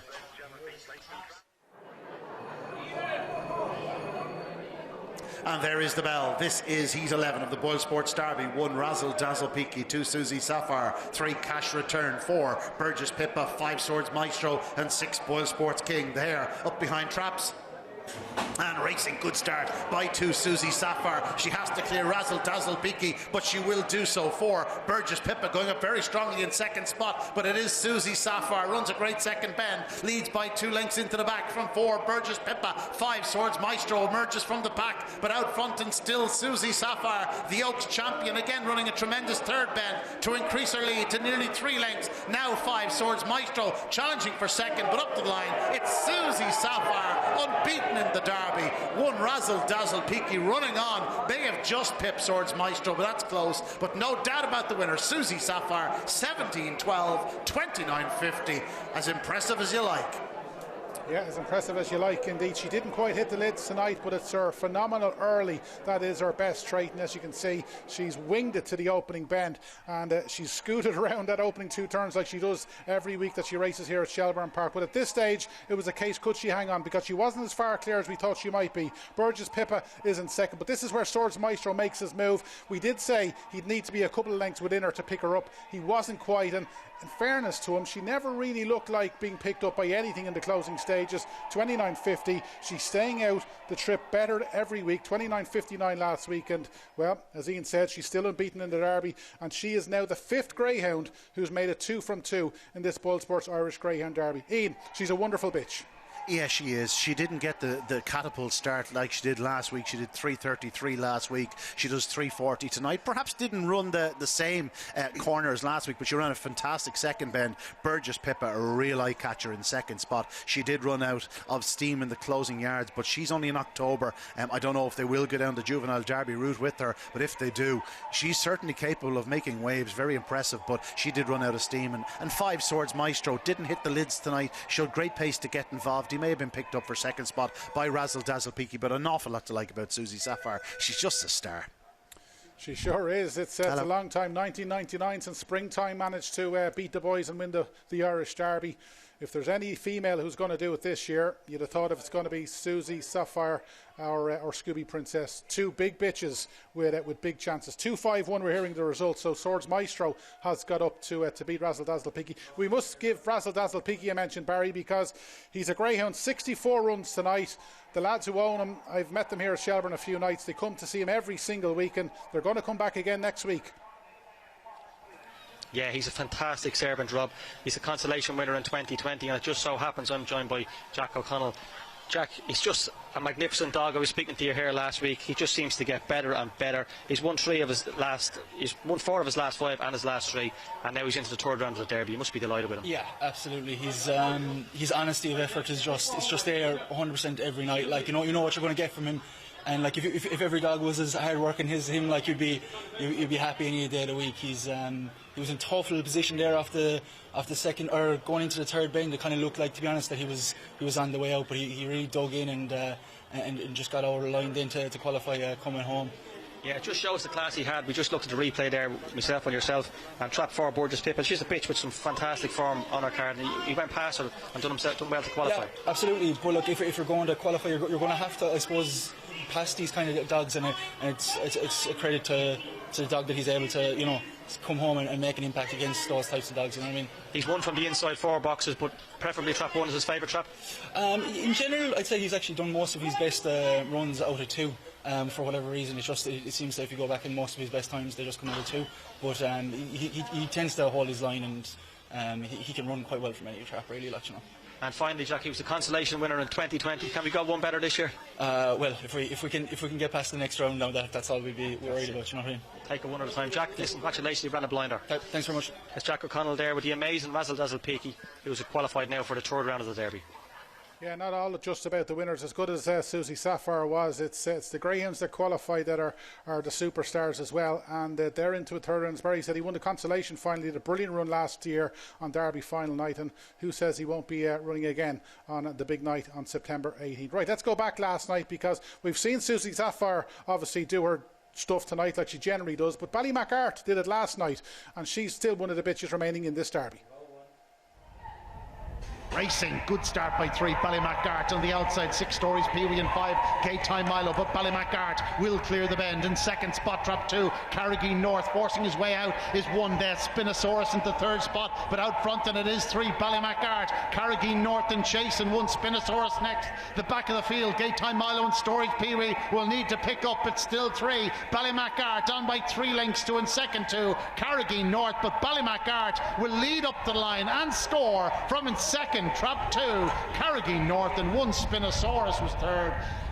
I see. Yeah, Ballymacart, she was really, really good last night, and that's 5 bitches, Ian, that are in this Derby. Ballymacart, obviously, she's unbeaten. Scooby Princess is unbeaten. Susie Sapphire is unbeaten. Could we possibly see the ladies roll back the years and dominate here on September 18th? Yeah, absolutely. He's very, very capable of doing so this year. Ballymac Ariel and Ballymac Beanie have to come, both superstars in their own right. Very impressive, though, throughout the evening, the various pitches. As I said, Ballymac Beanie, she's facing a tough enough test tonight against Deadly Destroyer. And, Ballymac Ariel, so impressive last week. She did a 17.09 to the third bend when the track was running really slowly, so you'd certainly have to give her, massive claims, and a big player. Absolutely big player indeed. Well, there's no doubt about it. One big player is Susie Sapphire. She does it week in, week out, and Barry's with her trainer, Owen McKenna. Thanks, Rob. Yeah, as you say, she's 2 from 2 now. Owen, congratulations there, Susie Sapphire. Probably actually a better run tonight than last week, considering she didn't come out as well and still clocked 29.50. Yeah, she's back a length in her split, and the track is good out there, and she should be improving with every run. You'd be hoping, and it's just hard to say for a bitch she's won a puppy Oaks and an Oaks, but she was laid off 6-7 weeks and until the Derby, and she's a couple of runs back now. She's just getting back in the rhythm, and the longer run to the bend seems to be suiting her. So it's, as the song goes, it's one day at a time. Yeah, exactly. Take it round by round. But the way she shows that early pace, as you mentioned, the longer run to the bend is suiting her. If she's out in front in this competition, clocking 29.50, 29.40, sure to go a long way. Well, you'd be hoping so. You keep qualifying away. It'll take 3 to pass her if she's out in front. The business end maybe is something, a strong finisher got a run at her. She could be vulnerable, but it's great to be there. We're in the hat for another week. Exactly, yeah. I know Peter has the damn Jetstream link. She's littered there by Droopy's Buick. They're coming along nice. I trained them for Peter, and she won over 750 in Cork, and he sold her thing, then he got her back for breeding, and so we always thought this bitch would stay eventually. Her early pace, Droopy's Jet, she seems to have hopefully both ends, but she's staying stronger, and we'll hope for the best. Yeah, if you're doing 29.50, you're certainly staying. Listen, congratulations and the best of luck into next week. Thank you. Thanks for that. There we go. It's Owen McKenna, their trainer of Susie Sapphire, who's safely into round number 3. Yeah, safely into round number 3. 33 greyhounds have qualified for the third round. Obviously, as we've been saying, it's on Facebook Live straight after the Derby, and the majority of those are inside seeds. Just update, it's 22 inside seeds, 4 middle seeds and 7 wide seeds. So one wonders, will the likes of Susie Sapphire or Jacob Tashdalek have to contain with trap 3 or 4 in the third round draw? But there's going to be more inside seeds than any other seed, and at the moment there could be more outside seeds than middle seeds, which might suit the likes of Jat's little thing. It'll mean he's probably going to be guaranteed 4 or 5, but we'll know more as the night goes on. Ian, we're coming up to Heat 12, another wide open heat, maybe not of the calibre that we've seen in the previous 2 heats, and I suppose one of the winners last week who maybe didn't get the recognition that he deserved was Great Name That, because very few greyhounds would have overcome the trouble that he had to. Well, I can promise you one thing, I give him plenty of recognition. I don't think I've ever referenced him without saying one of Ireland's fastest, and that really does sum him up. He has unbelievable pace and massive engine. Just sometimes the sat-nav just doesn't quite work as quickly as his legs. He doesn't see traffic coming and sometimes gets held up at pivotal points in the race. But I can promise you one thing, with a clear passage, he's as fast as any dog in this Derby. He's actually probably better off running in hotter company. The likes of this contest just might get a bit tricky in spots if he doesn't come away well. At the same time, he is capable of going up as strongly as most of these, and just don't be surprised if he turned very close to the pace. He is the dog to beat, but if he missed a kick like last week, something like a Lacazette would have to really enter your mind. And just at a big price, at a big price, Kilbannon Psycho could run quite well. Skywork Asilla will definitely, without question, step right at boxes. And Kilbannon Psycho, strong runner up the inside. If there was a bit of traffic on the outside, could go close. It will be a big price. So, so it's literally only a €1 or €2 sort of job. But just don't be surprised if it ran well. But no, for me, Great Name That will eventually overpower them. At Lacazette is the one I would see as the main threat. He goes up strongly on the outside. That's his box. Ran a big race in defeat last week, 29.45. He was the joint second fastest qualifier from the opening round. So must enter calculations. Yeah, I hope you're right. And as you said, Ian, obviously we've got a couple of big price greyhounds. Another coming on parade, but Damien mentioned Skywalker still at decent price. You've mentioned Kildallan Psycho. Like, we've seen big trios already tonight and last night, and that could easily be the case here. You're going to do the trios. This is the type of race to do it. Stick in an outsider or two, you never know. Great name that will be very hard to keep out of the frame. Stick him in with a couple of the bigger price ones. You never know your luck. A couple paid over €300 last night. Well, folks, the runners for this sixth race, E12 of the BoyleSports Derby. One Kilbannon Psycho, the Galway qualifier, trained by Owen McDonough. This is a daughter of Droopy's Jet and Droopy's Breeze, jointly owned by John McDonough, very well housed. Two is Skywalker Scylla, fast lady for Mark O'Donovan, Ray Patterson, a daughter of Lawhill Blake and Droopy Zero. She might just take a step right at boxes. Three, Burgess Cassie for Sheila Splann and JJ Fenley, a daughter of Droopy Sydney and Burgess Madam. She's won 3 of her 10 starts, has some fine form here at Shelbourne. 4 is Great Name That, one of the country's finest, owned by the very quiet syndicate, trained by Liam Dowling, a son of Droopy's Jet, Ballymac Bonnie, a massive engine. 5 is Crafty Bonanza, an exciting youngster for Martin Lanny and David Buckley. Came away well last week, but it was the way he stayed on that really caught the eye. Son of Patsy Sabbath and Aladale Nokia, could stay further in time. And 6 at Lacazette for Noel Neenan, ran an unbelievable race and defeat last week. The joint second fastest qualifier from the opening round. Son of Patsy Sabbath and Atlaka Charm, ideally housed in the striped jacket, and certainly one that could play a part in proceedings. He-12 of the Derby, they're making the way to Traps. Yeah, they sure are. It's a wide open race, there's no doubt about it. Skywalker Scylla, Damien Lonergan gave her a big mention. 361 split. She's not going to be well away, but she flew home last week in a split of 12.27 from the third bend. She has to improve half a second on last week's times, but obviously she's only returning, so you'd expect her to improve, and she could be one, as Ian and Damien said, to stick into the trio. Great name that. He is the greyhound to beat, but last week he just found an awful lot of trouble, and you wonder if he'll get away with it tonight. He's doing 12.46 from the third bend.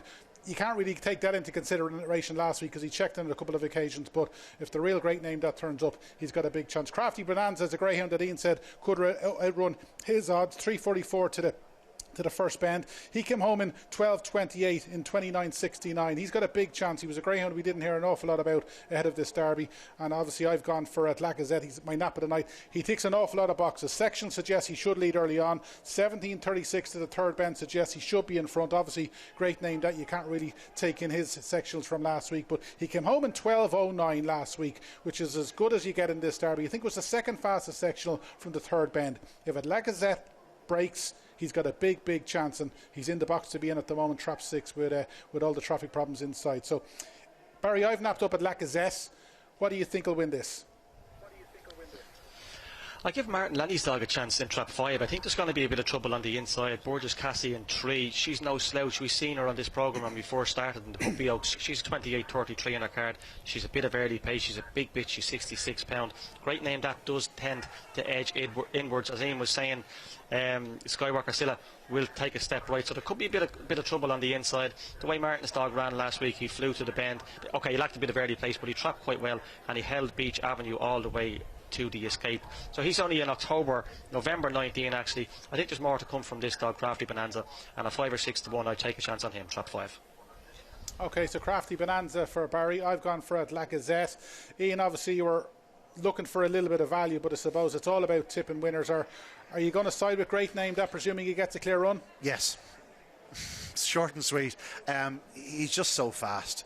I know, like, every bit of talent is there in him, and you know, while he missed the kick last week, it'd be no surprise to me if he did a 341, 342, was right in the firing line at the opening corner. He might still find a bit of traffic, but he has such pace that he can recover from it. He absolutely hammers down the back. He stays every inch of this and further. Just a very, very fast greyhound. I can see the reasoning for it, Lacazette, but he probably did have the very, very best of conditions last week behind Jack's Little Thing, and you know, repeating that 29.45 won't be very easy. Well, as you can see, the runners now being placed in traps. This again, Heat 12, the BoyleSports Irish Greyhound Derby.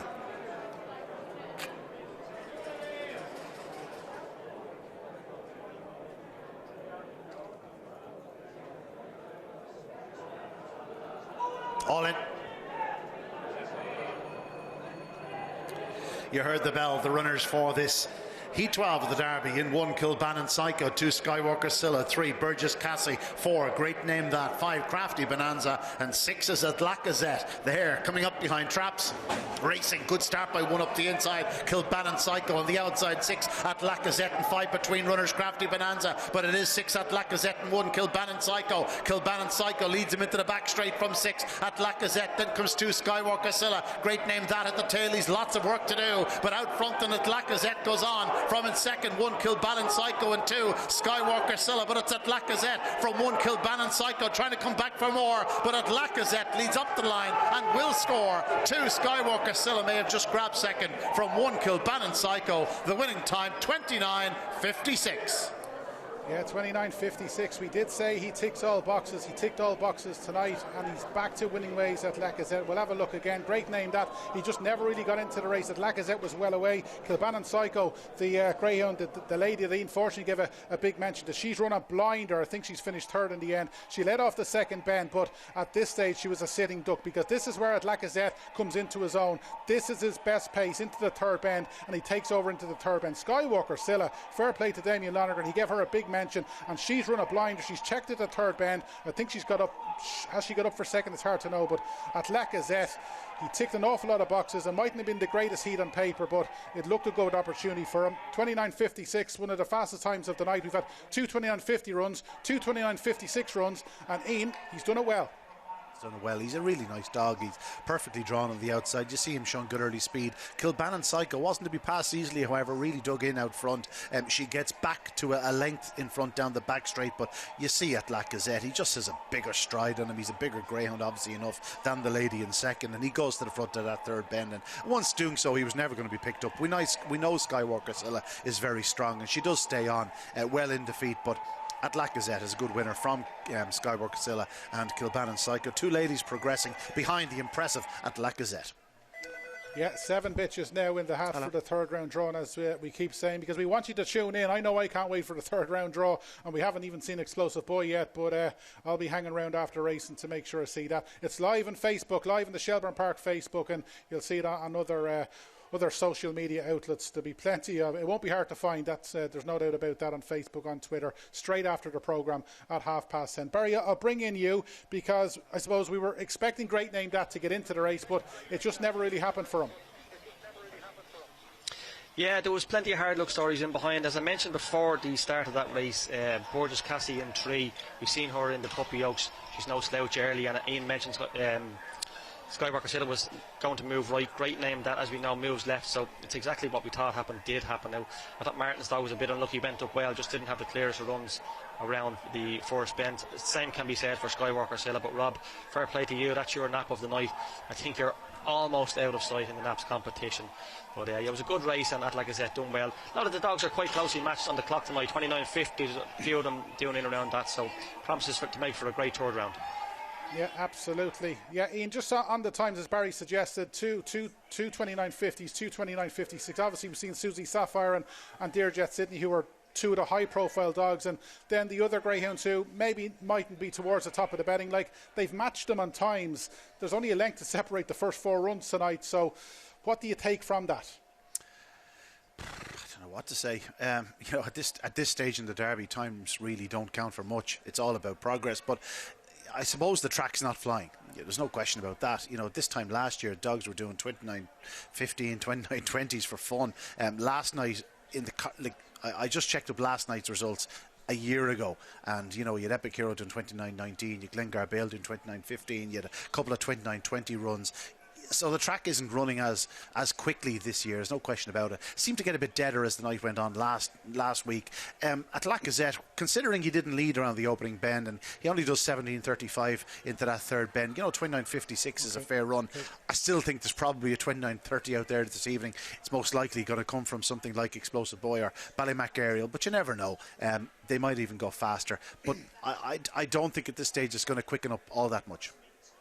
Yeah, and we touched a sort of similarity to Sing Along Sally, who's obviously coming back from a break, but Skywalker Scylla's run a blinder there, and a greyhound like her is going to improve with every run. Yeah, absolutely. You know, she's a very talented lady. I referred to how they came about having her. She ran such a big race behind Skywalker Barry here one night in Shelbourne that Ray Batterson had to go out and buy her because he was so pleased by the way she ran. She's obviously had, you know, I don't know whether it be season problems or she's had a lot of season or whether she's had her small injuries, because she is a December 18th and that was her 8th career start. There's plenty of talent there. Whether she's going to be able to go up fast enough and whether that stepping to the right in the early yards is going to affect her in the future, I wouldn't be picking her out as a likely Derby winner, but she's certainly capable of progressing another round, maybe 2, but she wouldn't be in my top 20. Okay, fair enough. Right, Kilballen Psycho was a greyhound Ian thought had run well. She's qualified, and listen, when we talk to people who've qualified who don't expect to qualify, they're the stories and the interviews you want, and Barry has caught up with connections of Kilbannon Psycho. Yeah, thanks Rob. I'm joined by Owen McDonough, trainer of Kilbannon Psycho. Owen, congratulations, she ran well in a good heat behind Grangeview Mac and Mallows Marley last week, and she's done you proud there again tonight. Thank you very much, delighted. She's absolutely just taken to the track now and started to come home better and finish really strong, and she's running the bins better, driving them better. Took her a while to get the feel of it, like, you know. Yeah, that's only her 4th race around Shelbourne Park. She's improving for her 5th, I think. 5th race tonight, yeah. But she's done a lot of racing around Galway, you see, this change of track, you know. And she hopped out in front and she ran really well, like. It was one of the best heats of the night. We had great name, that Crafty Bonanza ran well at the qualifier. You must be delighted. I'm delighted, Jen. She stayed really well coming home, and delighted with her. That's what it's all about. What sort of trap suits her? Inside, would she have to have one, or? I think she's so intelligent she can run from anywhere. 1, 2, 3, 4, or even 6. I think she just makes do with what she has, like, you know. In the beginning, she'd only run from one to the rails, and the more racing she got, the more experience she got, and she decided, I run where I am. Like, she's in 5, she'll run from 5. If she's in 4, she'll go up from 4. And tell us a bit about yourself, Owen. How many dogs would you have in training? We just have this one and her sister, and a couple of young dogs coming up. Her sister's running tonight now in Limerick in a 750. The brother brought her on to Limerick for me.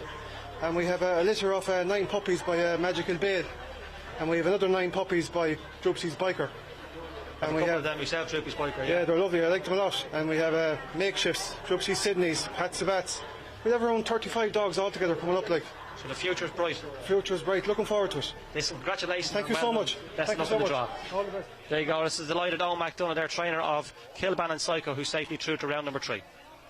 Yeah, there's no doubt about it. If Owen McDonough keeps going the way he is, he'll have more than 2 dogs in training. Brilliant stuff, and it'll be a quick trip back to Tuam tonight. Right, last night when we were wrapping up on all the action, obviously there was plenty of big names, but a greyhound that impressed Ian Fortune was Gord Kelly Nestor, and this is how he did it last night.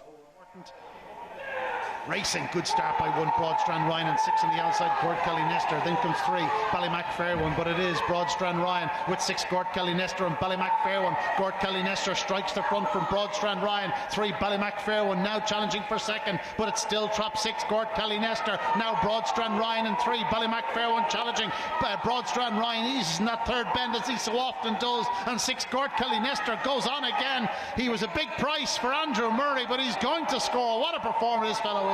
Second is 1 Broadstrand Ryan, and third was 3 Ballymac Fair One. The winning time 29. Yeah, brilliant from Gord Kelly Nestor. And Ian, I'll bring you in here because you're obviously very familiar with him, and he took on a couple of greyhounds last night that he wasn't expected to beat, and he beat them fair and square. Yeah, it was a victory on merit, no question about it. I was throwing rose petals at him last night, so impressed. He went up strongly, he held Broadstrand Ryan into the corner, he ran a great first bend, drove it into the third bend. You know, both Broadstrand Ryan and Ballymac Fair One had every chance to challenge him. Broadstrand Ryan, of course, eased up at that third bend, which is a major concern going forward for him. Ballymac Fair One made his move, but Gord Kelly Nestor again drove it. Racing line, hits the front, and from this point, just galloped all the way to the line. A very impressive winner for Andy Murray. He's been a model of consistency. He's now won over €17,000 in prize money. When you buy a greyhound, you know, this is what you hope they turn into. A dog that knows how to win races, that'll give us all, and who knows, could win a heat of the Derby. He was a dog I thought would be a length or two shy of that type of company, but he proved me wrong last night. Tremendous victory. Delighted for Andy Murray. Yeah, Andy Murray living the dream, there's no doubt about it. Another man living the dream, and he's living it out right now here at Shelbourne Park, is Noel Neenan, because he's the owner of At Lacazette, and Barry's caught up with him. Yeah, thanks Robin. Joined here by Noel Neenan, the owner trainer of At Lacazette. Noel, congratulations. He bumped up against one here last week, but the clock was there in 29.45 behind Jack's little thing. Yeah, I was amazed last week that he ran so well, especially doing that clock, you know, because like as I said before, he loves this track. the way he can sweep the first bend there, like if he's in contention at all for the race, he'll just sweep that bend, and we hope he gets clear run the rest of the way. Like. Yeah, and he ran the third bend great there again tonight. Yeah. He only has the 3 wins, well now 4 wins to his career, but he's been in open company since he was a pup, really, hasn't he? He has. He qualified hot, and he was kind of backpedaling for a while, but it wasn't until we entered him in the Guinness or the Shelbourne 600 that he really found himself. Because I know it was a journey a bit too far for him, but I think it brought him on a mile, and he ran a few races. He won here one night, the night of the Champion Stakes final, and I was very impressed with him. They said, "We'll all eggs in the one basket. Now we'll head for the Derby." And sure, here we are at this stage. There you go. And listen, that's a Limerick top, is it, or a Cork top you're wearing? I'll have to look at yes, Limerick, all right. Well, it's a nice win for Limerick here tonight. Yeah. Congratulations, and best of luck in the hurling tomorrow. Yeah. Irish Greyhound Derby second round is Ballymac Belvolt. Liam Dowling for the Starboard Out Syndicate, a powerful son of Vulturi and Ballymac Bell. He'll be finishing at speed. Next into Galvarino, another one that'll be doing his best work late for the Step Into My Office Syndicate and trainer Johnny Linehan, a son of Lawhill Bolton Druby Sylvia. 3 Stephen's Rocket owned by Shay Campbell, a very impressive run in defeat last week, a son of Good News and Sylvia's Chloe. 4 is Monrod Thunder for Larry O'Rourke and Graham Holland, a son of Droopy's Jet and Ardrahan's Indy, denied late last time out. 5 Ballymac Ariel, what a star this lady is for Liam Dowling, a daughter of Ballymac Bulger and Ballymac Cameo. She'll be a hot favourite. And out in 6, Salmic Sunset for Michael Mackey, Pat Guilfoyle, a son of Good News, and Mystical Mall. They are the runners. It is the 7th race on your card, Heat 13 of the BoyleSports Irish Greyhound Derby second round. Yeah, absolutely. Just a one heat winner from last week, Ballymac Ariel, and she's obviously the greyhound we're going to start with. Listen, she ticks all boxes. We know how good she is. We know how good she is around Shelbourne. She hasn't quite done it from Trap 5 as much as she should. She's 2 from 10 in Trap 5, but I don't think the box matters to Ballymac Ariel when she's on a going day. Her sections last week means that she'll just have to repeat what she did last week. 3:44, 17:09. 17:09 was the joint third fastest last week.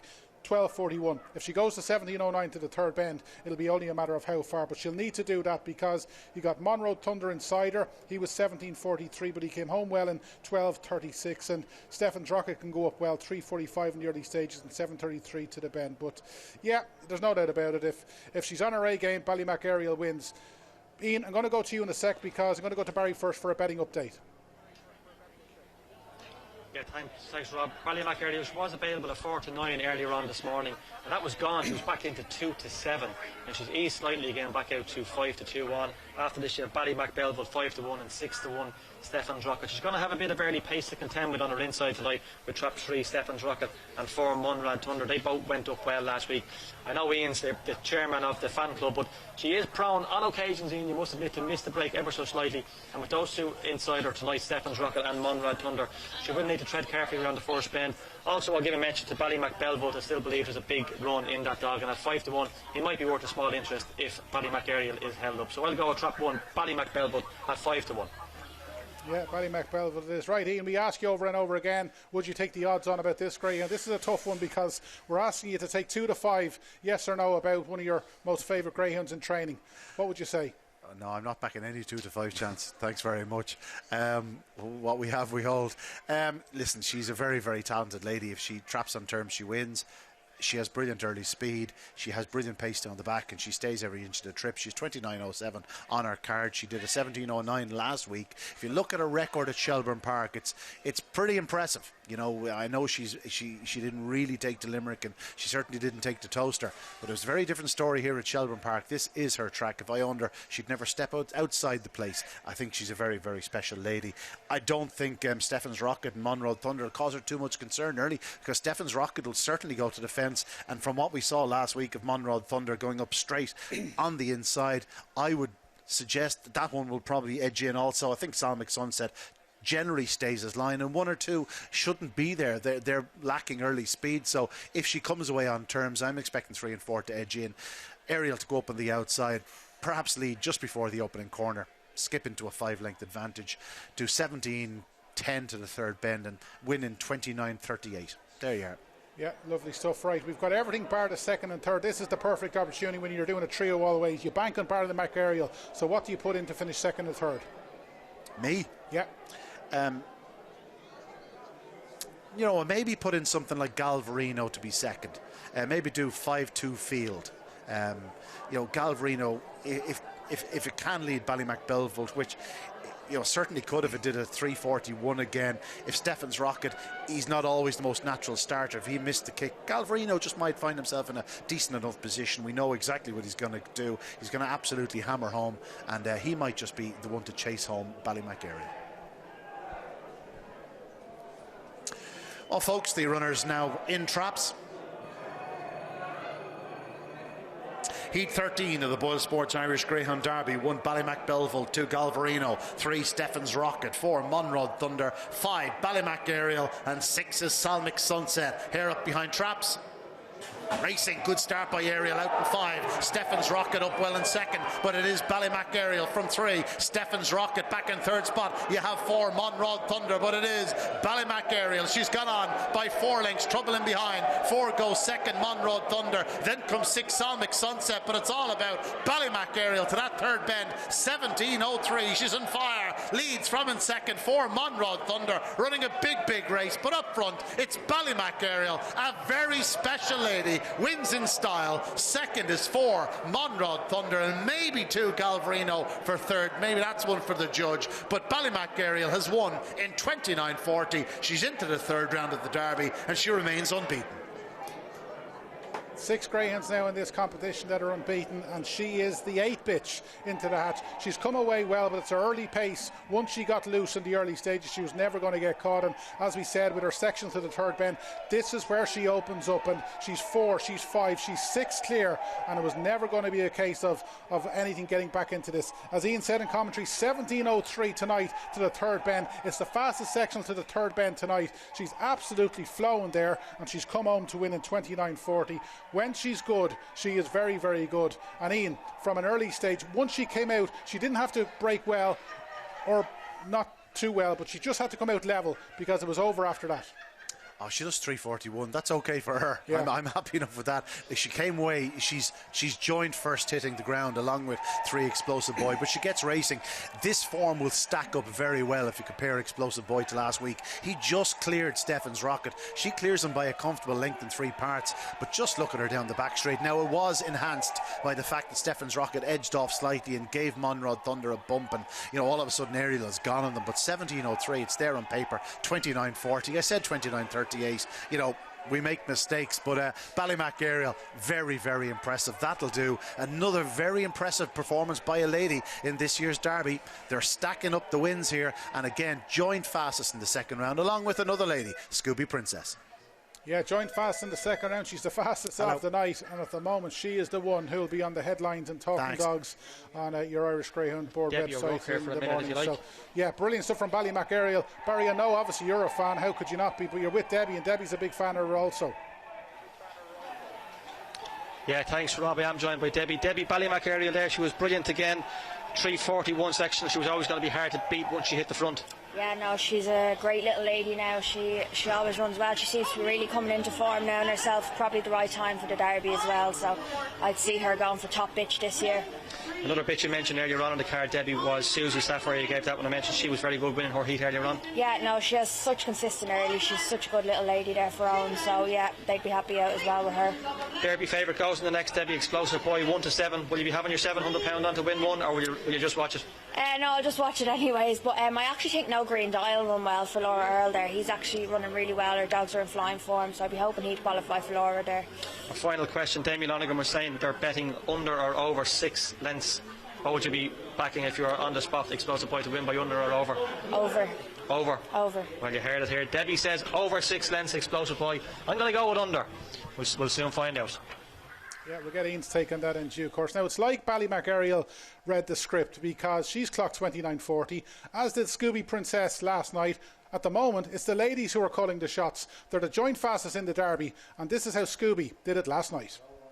Taylor, Hare up behind traps, racing, good start by 4. Scooby Princess to Ballymac Wild, up her inside to the bend. Scooby Princess, Ballymac Wild, then comes 5 in their outer. That's Gunboat Showman, but into the back, and it's Scooby Princess that leads by a length and a half to Ballymac Wild, giving chase and 5 Gunboat Showman, but Scooby Princess still in front to the third bend by a length. Ballymac Wild trying his best to bridge the gap, but it's now down up to 2 lengths, 2.5 lengths. Scooby Princess, she's relentless out front off the final turn. A brilliant winner for Jennifer O'Donnell and Steve Noble. Scooby Princess wins in 29.40. Ballymac Wild second and Gunboat Showman third.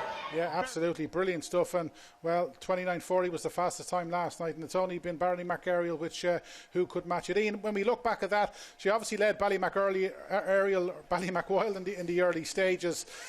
I suppose it's testament to how good she is, because we know how well Ballymac Wild stays, particularly from the second bend, but he never even got close to her, and as good as we know she's a stout stayer, but she's motored away from him in the closing stages, which just tells you how good a form she's in. Yeah, but she's been in this form all year. Yeah. It's just been remarkable how well she's maintained her form. That was her 8th win from 13 starts this year. Ballymac Wild, he was always going to challenge her into the third bend from where he turned, but it's just from the third bend home. She just really quickens away around those last 2 bends, and she's just absolutely hammering up the home straight. It's so impressive. But what an unbelievable training performance by Jennifer O'Donnell. Of course, I know Frances is there as well, and 2 ladies with 2 formidable ladies with a bit of genius about them. They know how to handle a greyhound, and yeah, Scooby Princess is absolutely flying. Listen, she had everything in her favour last night. 4 is her box, especially in a race where it lacked real early speed. She is capable of fast start. If it's going to come, it's generally going to come from one of the middle boxes. That's exactly what she did. She cleared Ballymac Wild, but it was the third bend home where she really did impress. Brilliant performance by Scooby Princess. She's one of those types. She's going to be hard enough to keep out of the frame. She is, and obviously we're counting down the minutes until the third round draw later on, but with these 8 bitches and 5 or 6 of them are top class, surely we're going to get a big match. And of course, Scooby Princess, it didn't quite go her way against Susie Sapphire in the Oaks final, so wouldn't it be brilliant if we got Scooby against Ballymac Ariel, or Sapphire against Ballymac Ariel, or all 3? It's very possible, and the fact that you've been talking about it makes it even more possible. Murphy's Law and all that. Who's to say we couldn't have 3 or 4 of the top bitches in the country racing in a heat of the Derby? That would be a sight to see. But there's plenty of fast greyhounds there too, fast dogs that'll upset a couple of the ladies, I'm sure. It's developing into a nice Derby. It's really simmering along lovely. It's going to hit boiling point, I think, next week. Yeah, absolutely. Live on Racing Post Greyhound TV, and I think with all the big names, the majority of them going through, this third round draw later on can't come quick enough. Right, it's been a great couple of days for the Ballymac team. Alan Bond is the representative, because I'm pretty sure Shane Dowding is at that big wedding up in Loud, so Barry is caught up with Alan. Yeah, thanks, Robbie. Joins me now. Alan, congratulations again. 29.50 last week was a huge run, and again tonight 29.40, another brilliant run. Yeah, great run, in fairness. 17.03 to the third bend. Fairness, now she's starting to come into form now, in fairness, so she is. Once she breaks like that, she's very hard to contain. Like, she powers down the back straight, she stays very strongly. Yeah, I think that's what they were kind of waiting from the Ballymacans, was just starting to ping from traps, and look, she's starting to rest 2 from 2 now, so hopefully she can keep that going. You never know. And the middle seed seems to suit her now. She's more than likely going to get 5 again. Happy enough with trap 5? Yeah, she seemed to have run her line again tonight, so yeah, happy enough now, in fairness. That's great. Yeah. Well, listen, congratulations, you're into the next round. Thanks a million for joining us. Thanks very much. Great. Cheers. Thank you very much. Alan Bond there, Ballymac Ariel. She's going to be a serious proposition in the next round. Yeah, she's a serious proposition. Every night she lines up, there's no doubt about that. And as Barry said, there's not many middle seeds. I make that now only 5 middle seeds that are remaining. We've got 26 inside seeds and we've got 8 outside seeds. So at the moment it's looking as though you can't change the seeding, I don't think, at this stage anyway. But if you've got a middle seed or you've got an outside seed, if you're an outside box, very likely you're going to get 5 or 6, and if you're in a middle seed, you're going to get 4 or 5. So there'll be no excuses from the draw there. And obviously the more inside seeds we get, the more trickier it is going to be. But it's the Derby, and as Ian said, it'll take off. Well, it's already taken off, there's no doubt about that. But I think next week, make sure you tune in. If you can't be in Shelbourne Park, make sure you tune in, because next week, they say every year, the night the Derby starts is the night that all heats are on the one night, and next Saturday cannot come quick enough. Ian, Heat 14 coming up. I suppose we're all hoping Explosive Boy is going to be there, and listen, he's going to be there barring accidents, there's no doubt about it. Yeah, absolutely. Just a graphic there. Just Knock the Bull Sid, of course, is a non-runner, so don't let that catch you out. But Explosive Boy, he's going to take the world a beating. Expect him to lead in the early yards. 2 will dive inwards. Bry Oak is in for a rough ride early. No Green Dye is the fly in the ointment for those backing the overs. I dare say he's running in tremendous form at present. I don't think Explosive Boy will win by over 6 lengths. Given the track conditions tonight, Ballymac Aerials, after doing absolutely everything right there, clocking 29.40, I think Explosive Boy will do around the same. 6 lengths on top of that is 29.82. No Green Dye last week. What did he post? He posted 29.82 last week. It's got to be tight. That was on the Friday night when the track was running considerably slower. He's capable of a 29.60 run. I think it's going to be about five, maybe 5.5 lengths, but Explosive Boy to make every inch of the running. No Green Dye to chase him home in second. Okay, we'll talk more about that in due course, but let's get to Barry for the latest betting updates. Yeah, thanks, Rob. Quick show betting. Explosive Boy 7-1 on there if you fancy a bit of that. 11-2 No Green Dye, and it's 20-1 bar those two. As Ian just mentioned, Boyles are doing a betting special. It's under 6 lengths, 11-10. 6 to 7 lengths inclusive is 5-1, and over 7 lengths is 5-4. I'll be with Ian, and I'd side with under 6 lengths at 11-10. Of the BoyleSports Irish Greyhound Derby, featuring the Derby favourite Explosive Boy. But 1 is Bry Oak from Michael Carey and Shane Carey, a son of Druppy Sidney and Listen to Boy Scolari. 2 in your card, Razzle Dazzle Annie, the Grand National winner, a daughter of Razzle Dazzle, Billy Razzle Dazzle, Marilyn Trimble, and Niels O'Connell for Karen Gagan. This is a very talented lady on her night. 3 is No Green Dye, in tremendous form of late for Laura Earle and Sean Murphy, a powerful son of Overlimit and Maze Petal. 4 is Explosive Boy, currently 1-7 in the ring. This fellow going to take a world of beating. Pat Guilfoyle for Peter Sutcliffe. He does it all. He starts and he stays. Sensational tracker. And out in 6, Butsy's Bullet for Matthew Hart and the Butsy's Bucko Syndicate. This a son of Ballymac Best and Kaleekil Tammy, well housed on the outside, but he'll need to be at his very, very best to land a glove. And trap 4, Explosive Boy. They're making their way towards traps. Not long left to get involved. Let's look forward to watching the Derby favourite in action. Yeah, Derby favourite in action, and presuming he wins like we're expecting to, he will be favourite in the morning and be favourite probably heading into the 3rd round draw. So listen, as we were talking about Ballymac Aerial, it's all about what finishes 2nd and 3rd to Explosive Boy. And I think we're probably all in the same camp with No Green Dye. He's not the best of starters, sort of gets going from the 2nd bend, but he's got a 12.03 sectional from the 3rd bend, which is the 2nd fastest, if not the fastest, from last week. He'll be flying. Realistically, he's probably going to be half a dozen lengths, if not more, behind Explosive Boy. But I think that would suggest if you've got a Boyles account, you probably want to go low because on the distance front, because No Green Dye will be staying well. Obviously, Explosive Boy has been proven over the 550 trip now 3 times. But if you're going for the forecast or you're doing the trio, I think stick in No Green Dye and maybe go low on the distance. It's not going to be too much longer until they're being called to trap. So Ian, you called Ballymac Aerial. Barry, you were 0.2 off the clock, which isn't really great going, but let's see, can you get closer here? 29.40, the exact same as the bitch. And the split? 3.39, 17 dead.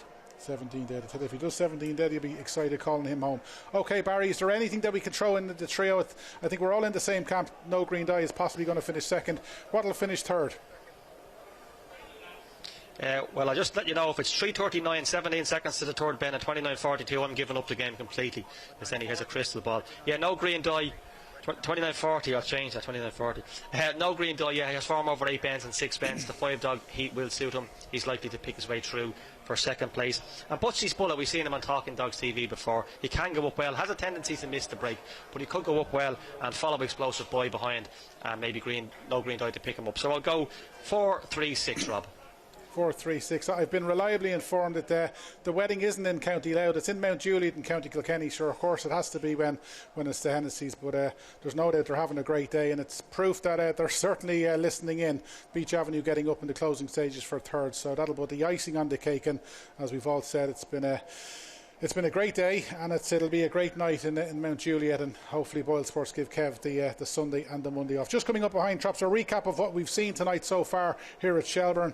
They say time flies when you're having fun. It's certainly flown tonight. Jacob Tashlak, 29.50. He was brilliant, ticked all boxes, and he managed to win the opening heat. Then we had the English Derby winner, Dearjet Sydney. Very similar performance. He did it in 29.56. The Oaks heroine, Susie Sapphire, another unbeaten in the Derby. She made all in 29.50. Then we had Lacazette, and now we've just seen Ballymac Ariel, 29.40. The joint fastest of the Derby so far with Scooby Princess. The big question is, can Explosive Boy go quicker? We're about to find out. So heat 14 of the BoyleSports Irish Greyhound Derby. Trap 5, Knocknable Sid, a non-runner. That trap vacant in 1, Brycar Oak. 2, Razzle Dazzlani. 3, No Green Die. 4, Explosive Boy. 5 is vacant. And out in 6, Butsy's Bullet. The hare coming up behind traps. Racing, good start by the favourite. Explosive Boy leads into the opening corner from in second 6, Butsy's Bullet, 3.38 to the winning line, leads into the opening bend by 2.5, 3 lengths. In second is Butsy's Bullet, then comes 3, No Green Die, but down the far side, and Explosive Boy maintains this strong gallop into that third bend, goes on, leads by 5 lengths now to 5, Butsy's Bullet, who's been headed by 3, No Green Die, 17.11 into that third bend. It's 4, Explosive Boy, another foot perfect display. Second is 3, No Green Die, and back in third was 2, Razzle Dazzlani. The winning time 29.40. That'll do by Explosive Boy. You can hear the excitement, you can hear the delight, you can hear the bragging in his voice, because he called 29.40, which is the winning time. He called 3.39. The split was 3.38. He wasn't quite right to the third bend, but Ian, fair play to you. And it was brilliant because he was out under the lids. It was over after a matter of strides, and this is what we've all been hoping and expecting to see with Explosive Boy, and he is very much the greyhound to beat. Whether you're a Jack's Little Thing fan or not, Explosive Boy is the greyhound to beat. If you beat him, you'll win the Derby. He's ticked all boxes tonight. We did say No Green Die would be second, and he has finished second. He's probably been beaten, 4 lengths in the end, but Ian, that's what you want when you have a good greyhound. You just want him to go out and do that, and he certainly did it. Yeah, very professional. Popped out of traps, 3.38. You know, it was just nice and professional. 6, Butsy's Bullet came away reasonably well. So did 2, Razzle Dazzlani. But just look at the speed into the opening corner. You'd have expected him to lead these quite comfortably, and he did so. It just seemed to just go back in his hinds there. It probably cost him 11 spots into that third bend. But no, Explosive Boy really taking off down the back straight. Leads by 4 or 5 lengths. Those that back the overs, I'm afraid, were on a loser. We knew 3, No Green Die is in the form of his career at present. He stayed on very strongly into second spot. I suppose he's beaten about 4 lengths. Back in third, I may have called trap 2, Razzle Dazzlani, but that is tighter than ideal. I'm not sure if I'm right about the third place finish, but no doubt about the winner, Explosive Boy.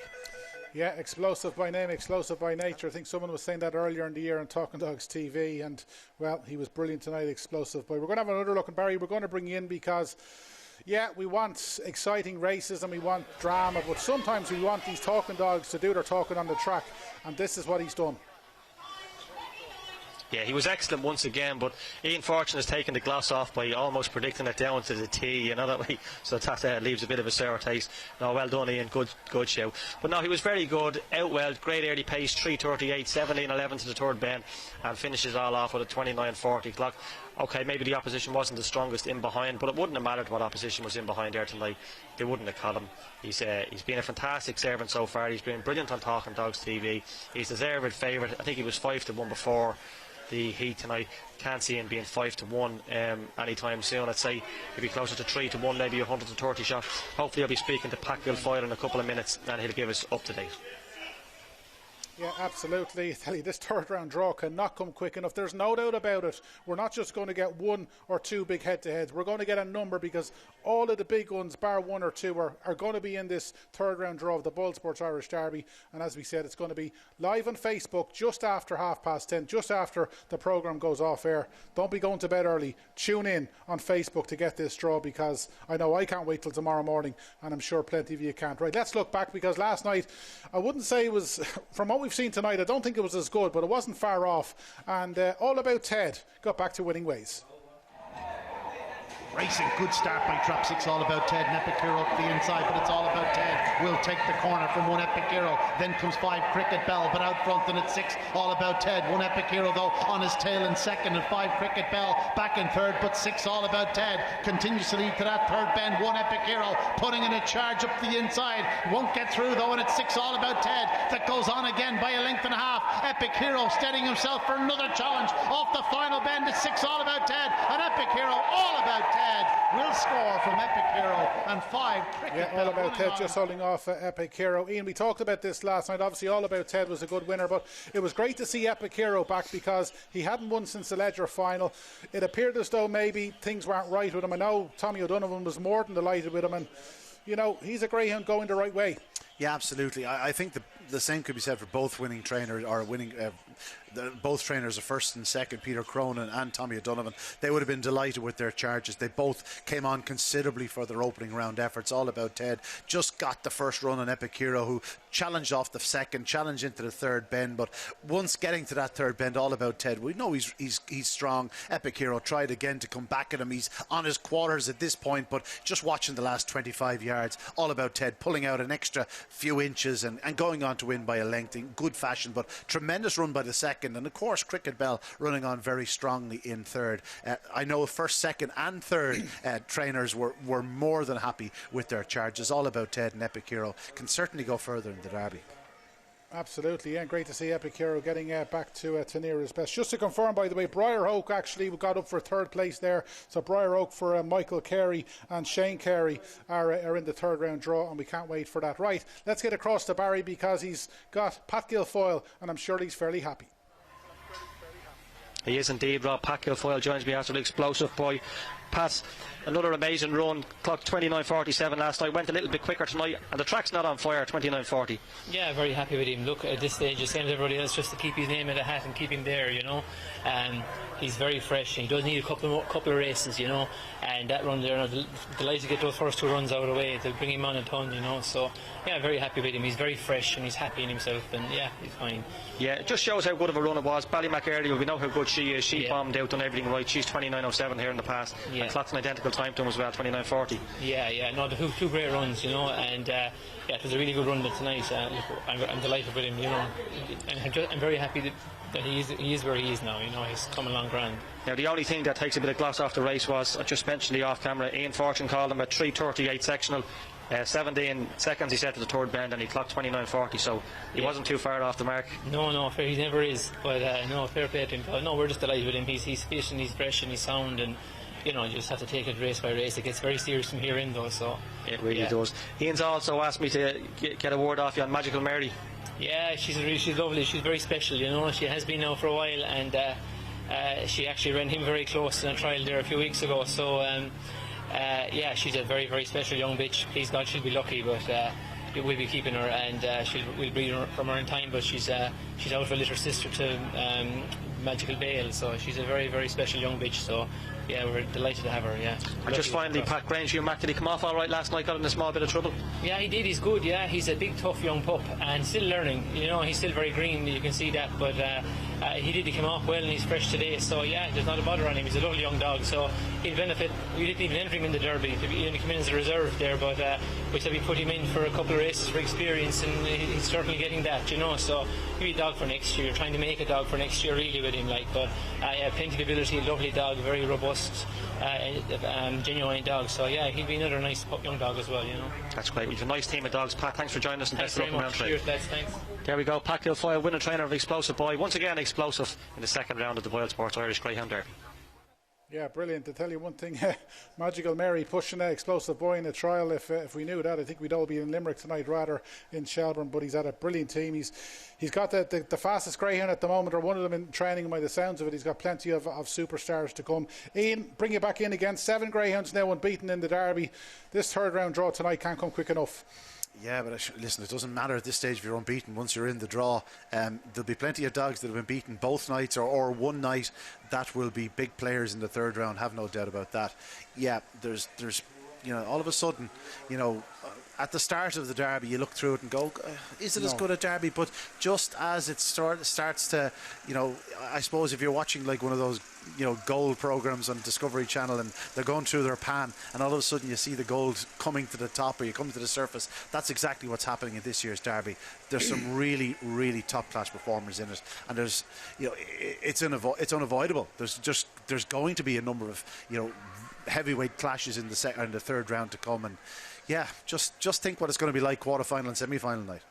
Yeah, because obviously, listen, we're all guilty of getting carried away when we see all these great runs by the big names. But as you've said, every Derby champion, not all of them have won the first round. You go back to last year, New Taylor, I think, might have been beaten in the first round. I think 3 of the last 4 Derby champions actually got beaten early on. And you have to go back to College Causeway. So, yeah, we all want them to win early on. But I suppose when you're involved in a greyhound, you know how important it is just to qualify. There's only one night you have to win. That's September 18th. Simple as that. Tom's the best at it. Went through the whole competition, never won a round. Got there in Derby final night. Plenty of Derby winners. Ballyann Sim didn't win too many rounds. I think he may have won once, maybe twice during the preliminaries. He got there on the night that mattered. That's what it's all about. It's about September 18th. People just want a Derby runner. They want a dog in the latter stages of the Derby. To be in the final 6 is the dream. You wake up before you actually win the Derby. Somebody's not going to wake up. They're going to dream about winning the Derby, and it's going to become a reality on September 18th. That's the only night you have to win. You have to be in the first 3 up to then. Yeah, you do, but it takes an awful lot of work to qualify, and a lot of greyhounds, unfortunately, won't be there. Well, they'll be there on September 18th, but they might be on the supporting card. They mightn't be in the big one. This BoyleSports Irish Derby is as good a derby as you get, and I tell you, if you're involved with a greyhound who goes all the way, you're involved with a very special greyhound. There's no doubt about that. Right, we've got 2 more heats of the second round to come, so let's get across to Ian for Heat 15.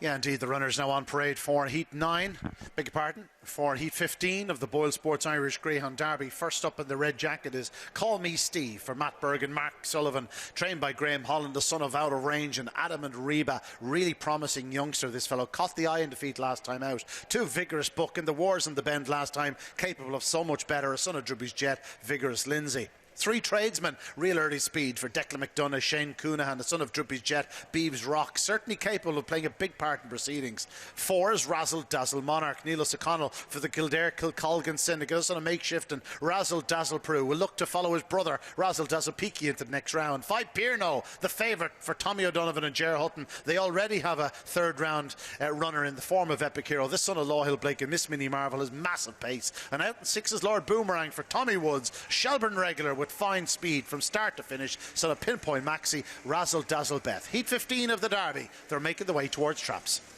Yeah, they're making their way towards Traps. About an hour ago, 90 minutes ago, Perno was 2-5. We're going to get across to Barry, because Barry, I'm hearing Ted Hegarty's now called a shade of odds on, and you were right. This lad is going to go off maybe close to even money.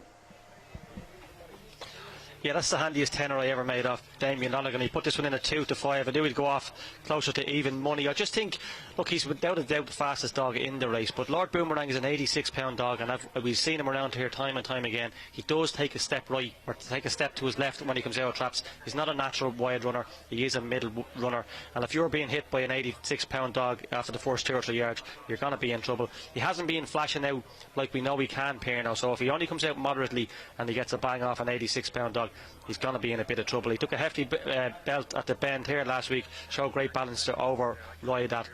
So look, at 2-5, yeah, he was definitely a lay. Even money, he's sort of becoming a little bit attractive. But my next best bet of the night is Call Me Stephen Trap 1, a young pup belonging to Graham Holland. We've seen him run here last week in Shelbourne Park. He absolutely flew home. He's only a January 20 whelp. He has a decent draw tonight in Trap 1. Could be a bit of trouble on the outside, so outside with him. He's seen support 12s into 8s. He's actually now 6-1, Call Me Steve. 7-1 Vigorous Buck in Trap 2. 6-1 Tradesman. We've seen him run around here plenty of times. He's a Shelbourne regular with good early pace. He will, suppose, move to the rails. Razzle Dazzle Monarch, what a star he's been. He's 7-2, and it's 16-1 out in Trap 6, Lord Boomerang. But I've tipped up Call Me Steve as my next best. I think he'll need to land the spoils if him to have any chance at winning the Naps competition.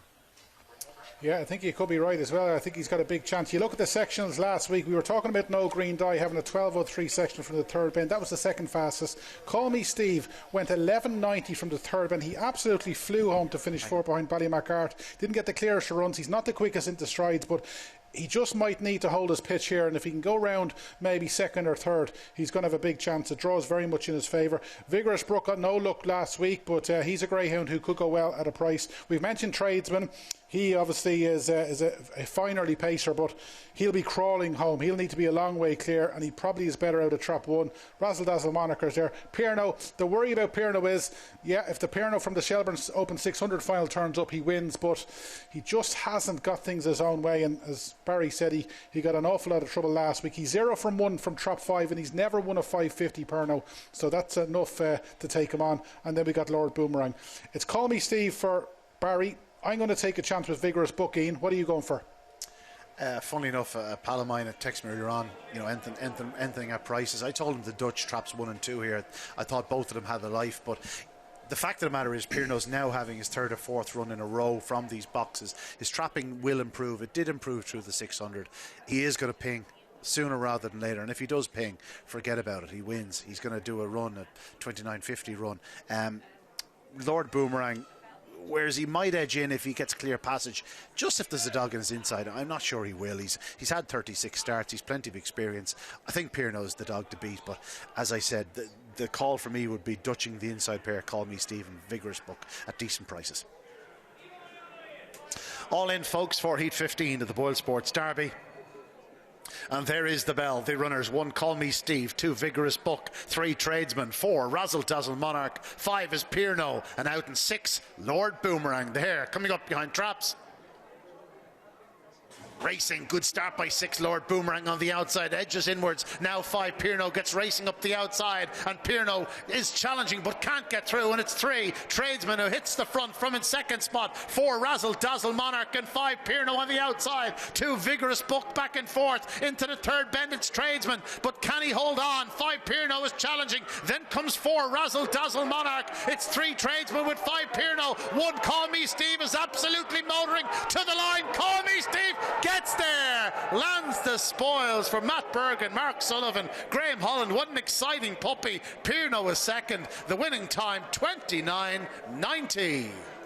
What a race, most definitely the race of the night so far, and I'm fairly sure we can hear Barry Cole chanting and roaring and clapping himself on the back, because Call Me Steve was his next best. He needed it to get back into the Naps Challenge, and he's done that and really good. So what a race. As we said, we're going to have another look.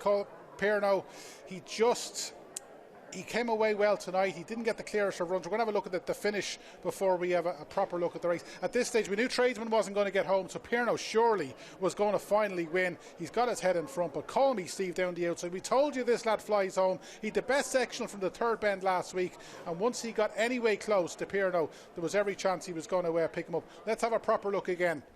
It was a level enough break. 2 was slowly into stride, Vigorous, but Call Me Steve didn't get... Look at Call Me Steve here. How does he manage to win from here? And he's checking up around the opening 2 bends. Tradesman leads. We knew he'd lead, but at this stage it was all about where was Pierno, and he moves into 2nd, and at this stage he had a big chance, not only because Tradesman doesn't stay, but Pierno, of course, has proven over 600. Moves into 2nd here ahead of Razzle Dazzle Monarch, but look at Call Me Steve. Somehow he's got himself into 4th, and he comes lovely round the outside. Pierno's in front, but Call Me Steve with a wet sail down the outside.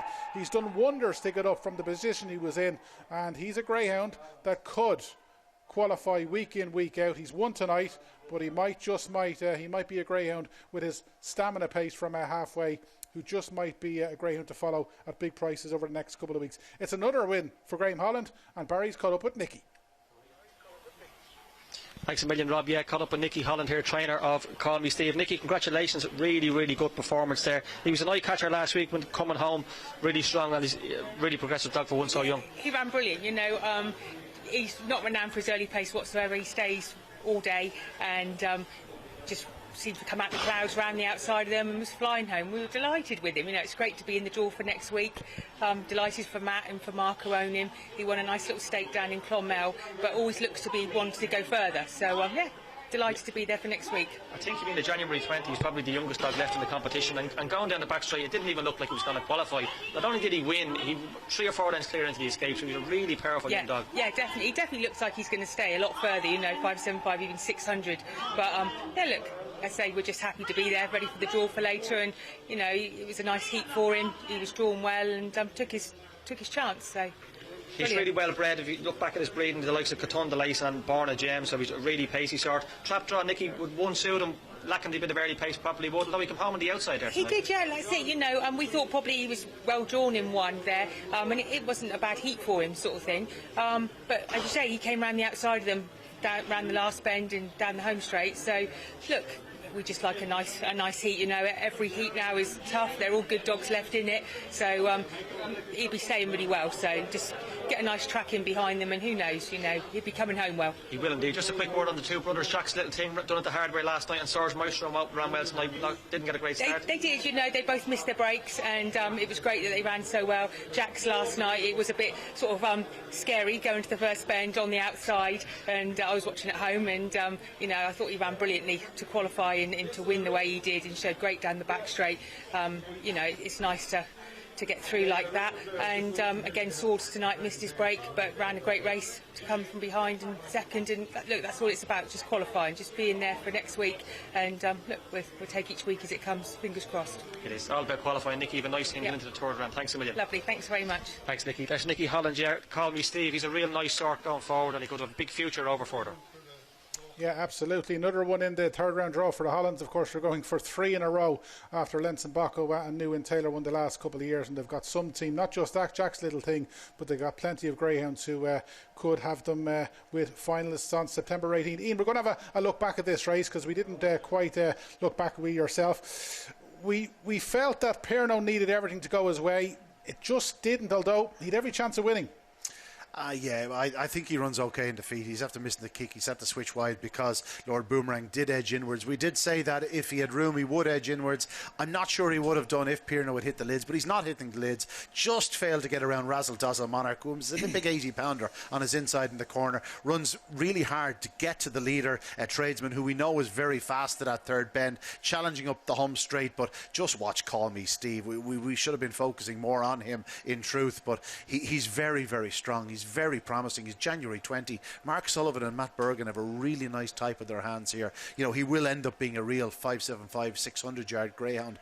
But he's January 20. If he doesn't go any further in the Derby, let's say it ends in the third round or even the quarterfinals, throw him into the Juvenile Derby, the 525. There'll be plenty of early speed in this. He'll be stalking them, finishing like a train. Just a nice dog to go to war with. Yeah, we might touch on the Juvenile Derby a little bit later when the Derby's over and we're going on the last couple of supporting races. Ian, we've got a cracker to finish off the second round, Heat 16 coming up, and an awful lot of people were telling Carl Ramsbottom to change the seating on Deadly Destroyer, but he was adamant he doesn't think he's a dog who wants 5, and he felt he'd cope better from 1 than 5. What are your thinking on that?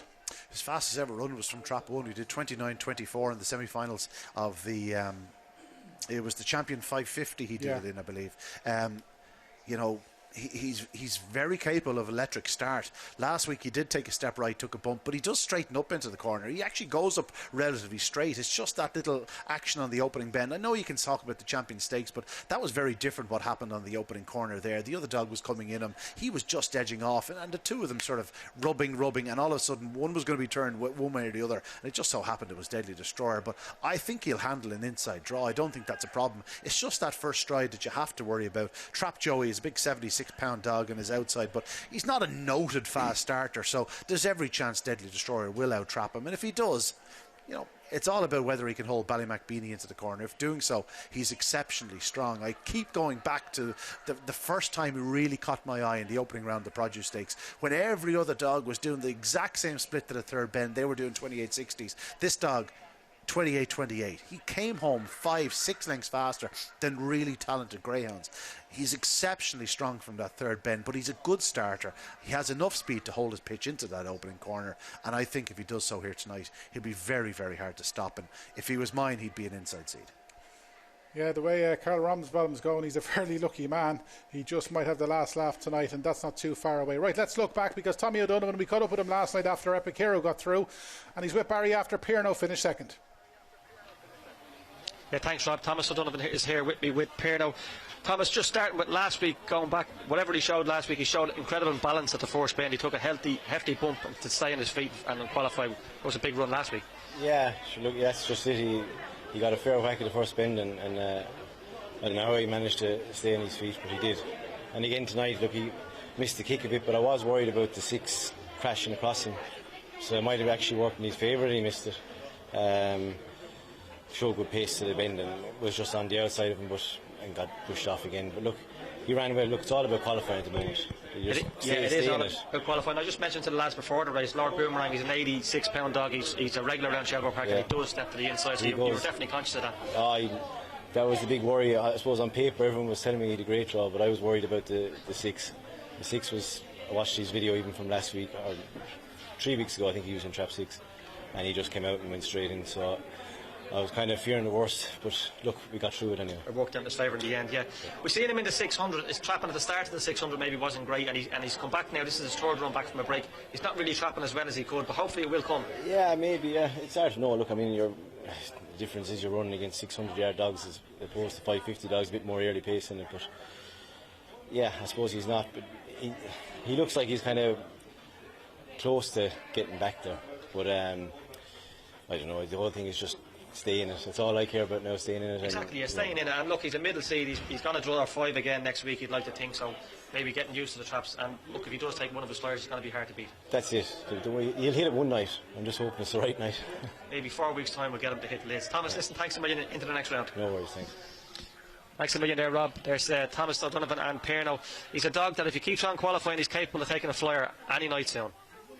Absolutely, yeah, he's a hard dog to keep out of the frame. Did wonders to qualify last weekend, even though he didn't win tonight after leading. He did well to get where he was, and it's all about being in the 3rd round draw. And remember, that's going to be live in less than an hour on Facebook Live straight after this programme ends. Just a few stats to give you. There's still 8 bitches remaining in the Classic. Most of them have got chances of going all the way, and we're already anticipating that 1 or 2 or 3 of them will be drawn together in the 3rd round. Of the seeds, 31 inside seeds remain. We've got 6 middle seeds, which includes Pierno, and we've got 8 outside seeds, so 3 more spots remaining. And in the last of the heats, we've got 2 middle seeds in Rural Star and Viper's Buzz, and we've got 4 inside seeds. Obviously Deadly Destroyer and BallyMacBeanie are 2 of those. So, well, that's to come. But next up, the final heat of the 2nd round. Greyhounds are just coming out on parade.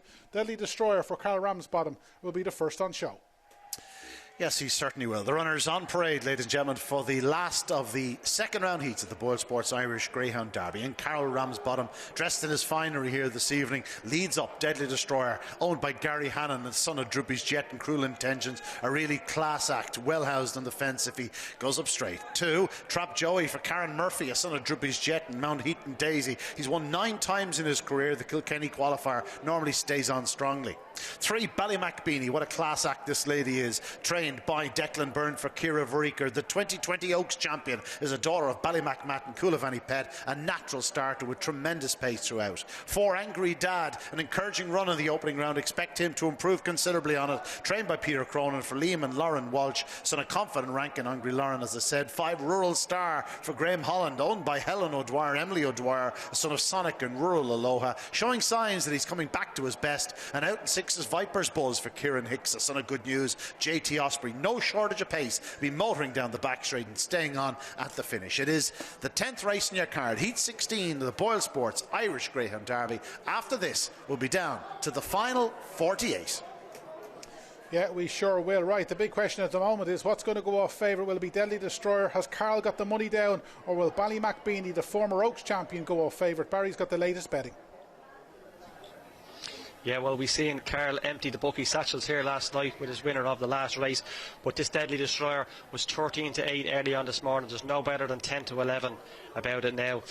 Obviously, in turn to that, we have BallyMacBeanie, who was 7-4. She's now available at 5-2.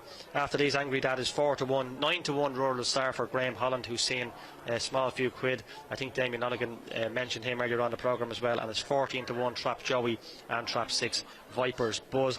Look, Deadly Destroyer, if he gets back to his form of the Champion Stakes semi-final, he'd be very, very hard to beat.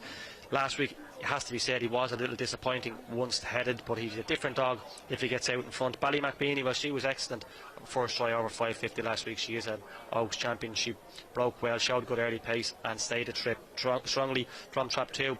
No fears from Trap 3 from her here tonight. Angry Dad, look, he's capable. Ran on his day, good comeback trial here, 28.52 after the spell. a brief break. He breaks into May, but I'm going to side with Deadly Destroyer. He has won from trap 1 before. He has clocked 3:41 from trap 1 before. Any sort of a section like that, he should lead, and he'd be very, very hard to beat. I know I missed the 13 to 8, but 11 to 10. If he traps on terms, I think he'll take all the beat. Deadly Destroyer for me. Okay, 2 votes for Deadly Destroyer. And of course, Ian, you napped him up a little bit earlier. If he breaks, does he win? Is it as simple as that? No, he has to break to win. But even if he does break, there's no guarantee he'll outstart BallyMacBeanie, who's very capable of an absolute flyer from trap 3. And I just come back to Angry Dad. Ignore last week's run. It was a decent run in defeat, but he can go considerably faster, and he is very, very capable of going up fast also if he reproduces his best toaster form. He's a big player, and certainly one that you'd have to consider. Deadly Destroyer, I've tipped him up. I think he'll probably take the beating, but it's a race where one missed stride at boxes and he could be beaten.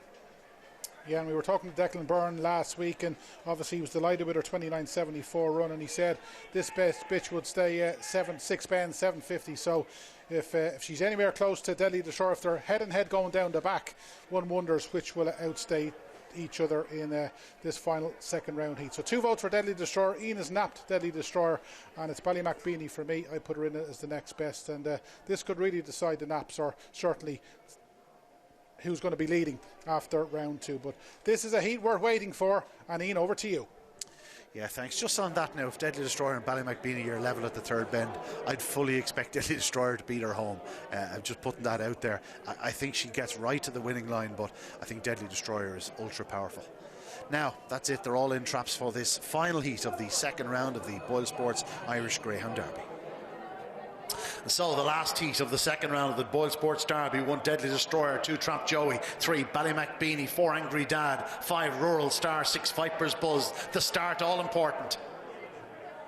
Racing, good start by 1 Deadly Destroyer on the outside. 6 goes up fast, Viper's Buzz, but it is Deadly Destroyer will lead them on the bend. Checks off wide, traffic in behind, and all of a sudden Deadly Destroyer has been left a mile clear. Rural Star into second spot, then comes 2 Trap Joey and 4 Angry Dad, but out front, and it's all about Deadly Destroyer. He's a mile clear at the third bend, 17:20, but expect him to finish fast off the final bend. Deadly Destroyer, most impressive winner, left clear on the bend, took advantage. Second is 2 Trap Joey, with Rural Star third. The winning time 29.56. That'll do for Deadly Destroyer. Deadly Destroyer, that will do for Carl Ramsbottom, and this was all over after 2 or 3 strides. 2 or 3 strides last week, he'd ruined his chance. Tonight he made his chance. He has flew round the opening 2 bends, there's no doubt about it. He's an inside seed. We were all saying, should Carl put a middle seed on him, but when he breaks he runs straight, and when he breaks he's pretty hard to catch. He's 10 lengths clear at the third bend. Yes, there was a little bit of trouble in behind BallyMacBeanie. She missed a break, and that was her own fault that she got trouble in the end. But Deadly Destroyer, he's back in this derby. He's blitzed him 3:41, 17:20, 29.56, the third 29.56 run of the night. And I tell you one thing, whether you backed him or not, it means we've got an interview lined up with Carl Ramsbottom, and I don't think he's got a runner in the last couple of races, but he'll be a fairly happy man, and maybe he might tell us that he had a few quid on. Ian, you're back in the game, and Deadly Destroyer is back in this derby. Yeah, it was mighty fine, and it was pretty easy for him. The right dog started beside him, Viper's Buzz, but he led the middle runners who missed the kick, BallyMacBeanie and Angry Dad. Once they missed the kick, it was basically left up to Deadly Destroyer just to comfortably lead into the opening corner. What happened in behind couldn't be helped. There was just a bit of movement off the fence by Trap Joey, and BallyMacBeanie, Angry Dad both found themselves in traffic problems. Rural Star was left second, but Deadly Destroyer, as we've said, he's immensely strong. He was never going to be picked up once turning in front, and he runs out a very comfortable winner. Trap Joey running on very strongly into second spot, and back in third was 5 Rural Star. Your heart goes out to BallyMacBeanie and Angry Dad, who definitely had the potential to go a few rounds, but just wasn't meant to be. It was meant to be for Deadly Destroyer, however, tonight. Hit the lids, got to the front. The rest, as they say, is history. Yeah, there's nothing like I told you so. I'm sure Carl Ramsbottom will be texting that to plenty of people, but great to see Deadly Destroyer back in this derby. We said it a number of weeks ago when he did that brilliant time here at Shelbourne Park. This lad was a live wire for this derby, and he's proved it tonight. And remember, he's a greyhound. It doesn't matter what trap he gets. He's probably better in 1 or 2, but if he gets 3 or 4, it won't matter. Barry, he was really, really good tonight, and he showed what he's all about. Yeah, he really did. He was back to the form that's seen him win Champion Stakes semi-final and go off a short price favourite to win the Champion Stakes. He was a little disappointing last week. We'll ask Carol now in a couple of moments about that. Hopefully we'll get him in, but no mistakes there tonight. Showed good early pace up, led, and once he led, look, he was always going to take the beat. 29.56. We've seen an explosive boy on Ballymac early, do 29.40 tonight. He's not too far off them. Trap 5 ran well in second, Rural Sire for Graham Holland. He was nibbled in the betting, 12-1 into 9-1. Got a bit of trouble, but he qualified in third place. And I must mention Trap 2, Trap Joey. He's another qualifier who won the Kilkenny Derby trial stake as well. So that's only himself and Reeshore are left in the competition. And don't forget there's €1,500 up for grabs for the Greyhound. Kilballen Cycle is true as well. So them 3 greyhounds are competing for the greyhound that goes the furthest in the competition. So they'll be, at least that's a little bit of a consolation prize for them next week if things don't go to plan. So I'll be hoping to speak to Carol in a couple of minutes. His pocket should be bulging. Gamble last night, gamble landed again tonight. Hope to get him in the next minute or so. Yeah, in the next minute or so. So just to recap the stats that hopefully will be that you need to know ahead of the third round draw. Remember, it's coming up on Facebook Live. So we've 48 greyhounds in the draw. Of those, we've got 32 inside seeds, we've 8 middle seeds, and we've got 8 wide seeds, and we've got 8 bitches which remain in the derby as well. So far this derby has got everything, and this third round draw tonight is going to be fascinating. Right, let's get back to Barry, because he's got a fairly happy Carl Ramsbottom. I have indeed. Thanks, Rob. Carl Ramsbottom joins me after Deadly Destroyer gets back to his best. Carl, brilliant seeing him back to his best there tonight. Fast away and made all. Yeah, great, Barry. Great. You know, he needed to do that. He's after having 2, I wouldn't say disappointing runs, but probably Joe Public thought were disappointing. They thought, you know, he'd been unlucky last couple of races. But look, that's him. He's back to what he's done during the champion puppy here, and he flew out there, won. He went up and straight as a gun barrel, up to the bench, you know, no moving off tonight, so delighted with him. Yeah, he was a little disappointing last week, make no bones about it, but he obviously is a better dog in front. Can you put your finger on last week's run, or just one of those things? Look, we've done very little with him after the champion stakes. I know it was only 2 weeks, but look, we didn't even gallop him, we left him very fresh, and I said to Gary, the owner, he'd probably need a run last week, it's all about qualifying. This stake is all about qualifying, there's nothing won early in these stakes, so we're happy to qualify, we're happy to have an earned night out, to win tonight's a bonus with him, It's true. Carol, Trap 1, is he... Obviously, you'd like to see him in Trap 1 every week, but he can come away from 2 or 3 if he's coming out like that. He can. Look, he's tended to break a little bit out of the middle, but give me Trap 1 any of the week around Shelbourne Park and 550.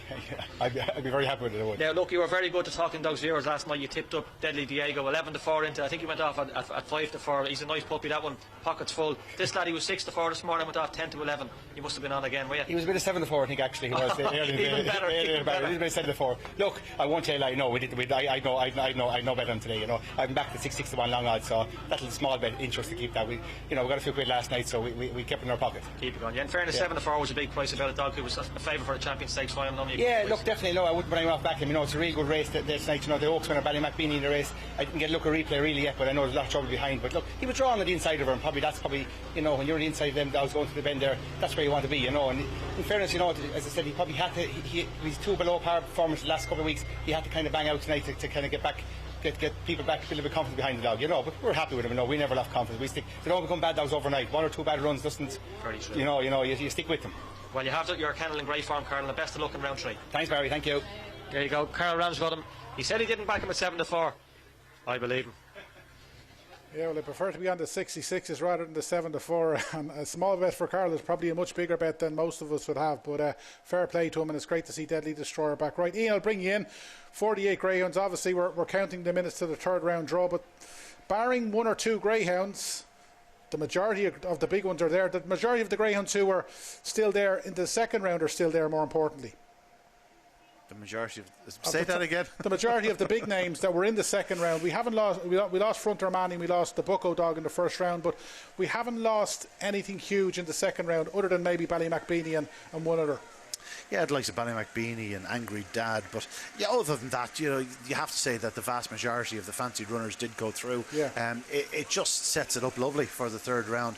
You referred to it earlier on that it's the first time in the competition where the remaining competitors will all be in action on the one night. I know you play a little bit of golf, Rob. The third round of a classic, third round of a major is always known as moving day. It's the same in greyhound racing in the Derby. Third round is really the time when greyhounds really start to move. You have no room to manoeuvre. You have to have your dogs primed for the next 3 or 4 weeks, and that'll be the case next week, and it's going to lead to some absolutely exceptional racing. Yeah, it'll be live on Racing Post Greyhound TV, and that means Carl Ramsbottom's got a slot on his weekly Racing Post TV crew whenever we're here. Right, let's get across to the man who's responsible for all of this good racing, and he's been a credit to himself. Michael Dempsey. Barry's caught up with him. Yeah, thanks a million, Rob. I'm Shelbourne Park Racing Manager Michael Dempsey with me. Michael and I are very busy.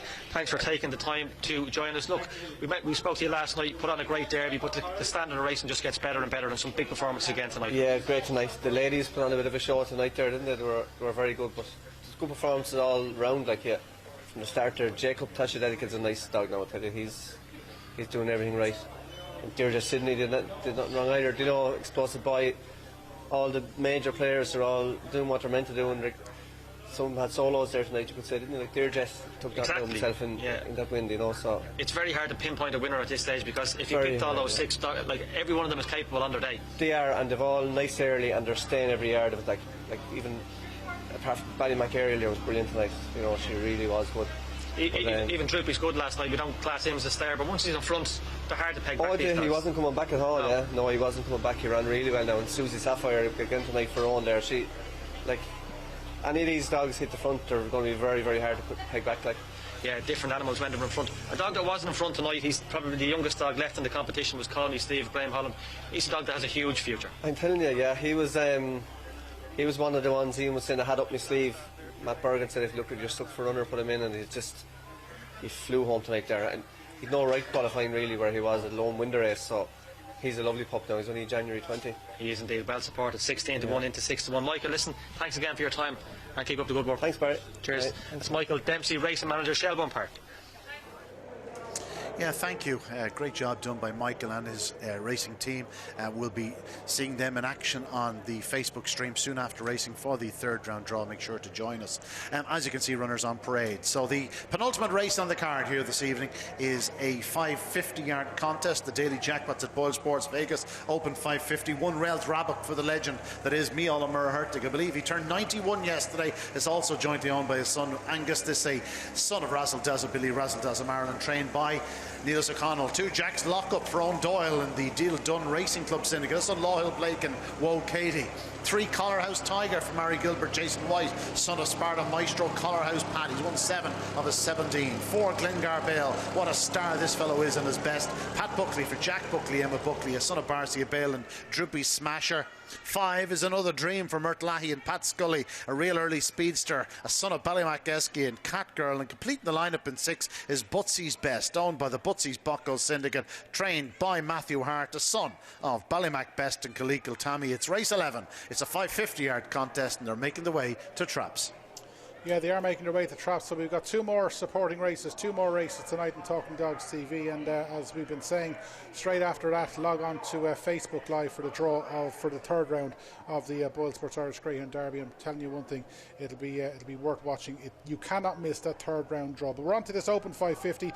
As Ian said, Rail Rabbit is in Trap 1. The Niels O'Connell team are in brilliant form. This lad, he's the oldest in the lineup. He's 3 from 9 in Trap 1. He's won over 525, 550 and 575. He very rarely runs a bad race, and if you're getting involved in the tote, he'll be a decent price in the tote. Maybe stick him in if you're doing a forecast or a try, because Jack's lock-up no look of late. It looks as though he'll need a personal best to win. Collarhouse Tiger's an interesting runner. He's a 7-time winner from 17 starts. No look behind Rhys Shore last week, but you can expect better. As Ian said, the class act of the race is Glengar Bale. He was one of the stories of last year's BoyleSports Irish Greyhound Derby. On his best form, he's a penalty kick here, but he just tends to miss it. Maybe he's not the same Glengar Bale. We'll find out shortly, but it'll be interesting to see what price he is with the bookmakers. Barry can fill us in that. Another dream for Mert Leahy. He might be value on the tote. He's a greyhound who can start and he stays. And maybe the greyhound, to the safest bet here, if you want to take on Glengar Bale, is Butsy's Best, because he's a regular here at Shelbourne Park. His best runs have been over 550 and he's 4 from 5 in trap 6. So it's Butsy's Best for me. But Barry, what price is Glengar Bale? And I wonder, is he worth getting stuck into? He probably was earlier on this morning, but not now, I don't think. 8 to 11 he was put in today, and it looks like a big drop in grade for him when you're seeing the 8 to 11, but that's long gone now, and he's 7 to 4 on, so look, not great value now. Obviously he's one of the best in Ireland when he's on his day. He's 29.15 around here for the 550. 29.15, of course that would win. 29.55 would win this. Look, he has been known to miss the break, but when he's good, he's very, very good. And if he leads this field, there's nothing will catch him. 4 to 7 could look good after a couple of strides. The next best in the betting is trap 6, Butsy's Best. He was 4 to 1 earlier on. He's into 9 to 4 now. So the top 2 in the market have seen some good support. We've seen him do some consistent runs over 550 in here. He can miss the break on occasions, but he's got good early pace. We've seen him on Talking Dogs TV in good 550s over here. Miss the break and still make the bend. Obviously in slightly lesser grade. But he's one with a big chance, and obviously the rest of them now have drifted in price. It's 8 to 1 bar those two. Ian did mention trap 1 for Micheál and Murrahurtig. He is celebrating his 91st birthday this evening. He has been a big supporter of greyhound racing, and he celebrated many a birthday in here with us in Shelbourne Park, and hopefully there's many more still to come. So 4 to 7 Glengar Bale, 9 to 4 Butsy's Best. These two are being backed to the exclusion of everything else, Rob. Okay, to be called to trap shortly. Ian, we know how good Glengar Bale is. Is he worth another chance? Obviously, as Barry suggested, it's quite a step down in grade, and surely he only needs to get his trapping boots to win. It's as simple as that. If he's right on himself, he wins. There's, with the exception of, we don't know an awful lot about 3. I did a bit of a market check on him. 16.28 to the third bend in Drumbo Park is really motoring. So he's clearly talented. He's since joined Mary and Skippy Gilbert. Did a bit of a market check. He's still available at 5 to 1 down there. But other than that, 1 and 2 really shouldn't be putting it up to Glengar Bale. And though the Dream's a really nice dog, had some fine form at the start of the year, can go up strongly, but he's on the wrong side of Glengar Bale. And Butsy's Best, not the best of starters, but actually races hard into the opening corner. I think I'd be taking him on at the respective prices, but Glengar Bale, very, very difficult to beat, especially if he comes away in terms. Okay, they're nearly all in. All eyes on Glengar Bale for Pat Buckley. He had a winner a little bit earlier on. His kennel appeared just to be coming back to their best at the right time. If he breaks, he wins, says Ian Fortune. All in now. This is the daily jackpots at BoyleSports Vegas Open 550. There is the bell. The runners 1 Railth Rabok and 2 Jack's Lockup, 3 Collarhouse Tiger, 4 Glengar Bale, 5 is Another Dream, and 6 is Butsy's Best. Here coming up behind boxes. Racing, good start by trap 5, Another Dream, absolutely flashes into the opening turn from in second spot 3 Collarhouse Tiger, then comes 6 Butsy's Best, but out front and 3 Collarhouse Tiger strikes the front from in second 5 Another Dream, and Butsy's Best to the third bend. It's still 3 Collarhouse Tiger, 5 Another Dream putting in a charge, 6 Butsy's Best trying his best to improve on the outside, but it is Collarhouse Tiger, Butsy's Best in second spot, but Collarhouse Tiger leads off the final turn, and Collarhouse Tiger will win for Mary Gilbert and Jason White, a good winner in 29.93.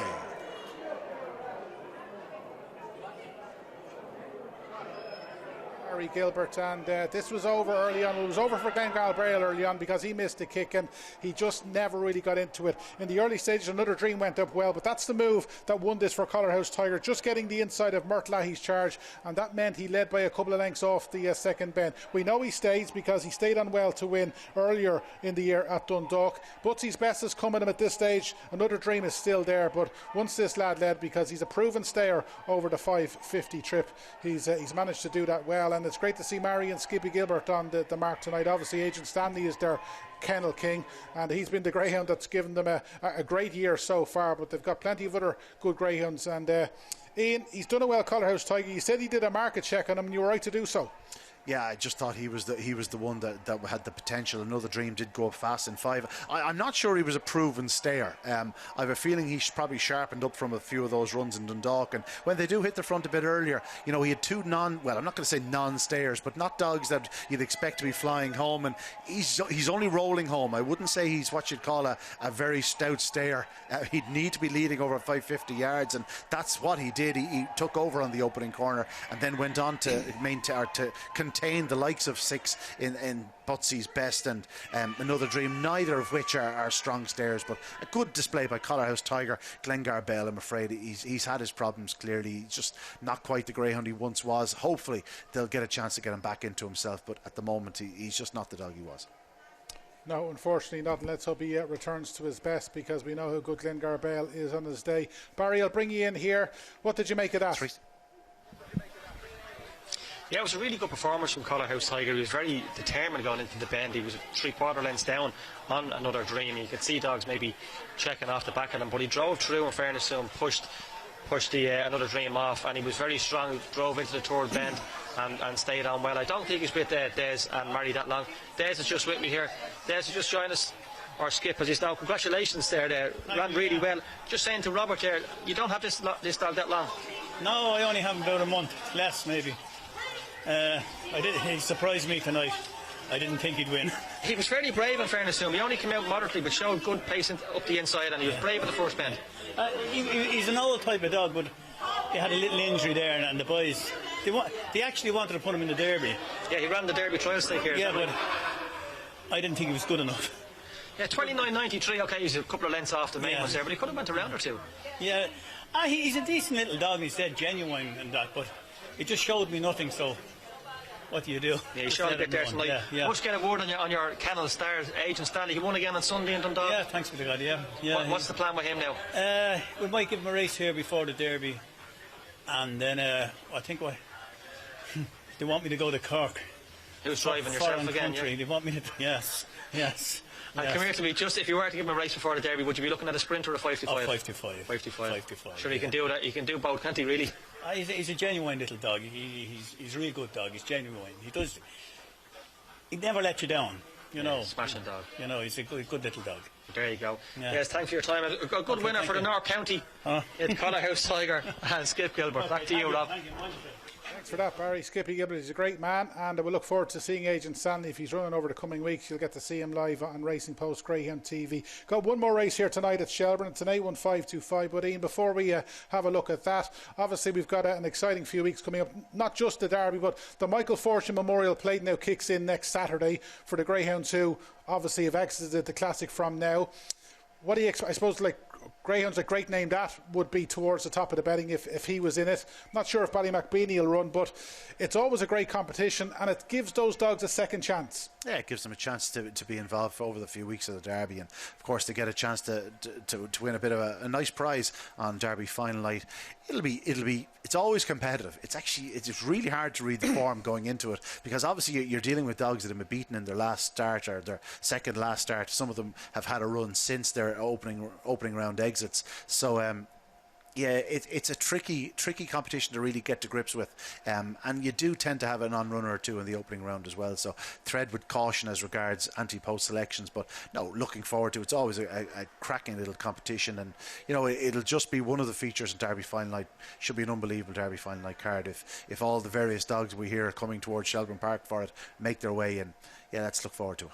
Yeah, and on that card alone, like I see, there's an open sprint advertised next week. The sprint on Derby final night is nearly always one of the highlights, and the sprints we've seen here over the last few weeks tells us that the one that we get in a few weeks' time is going to be top notch.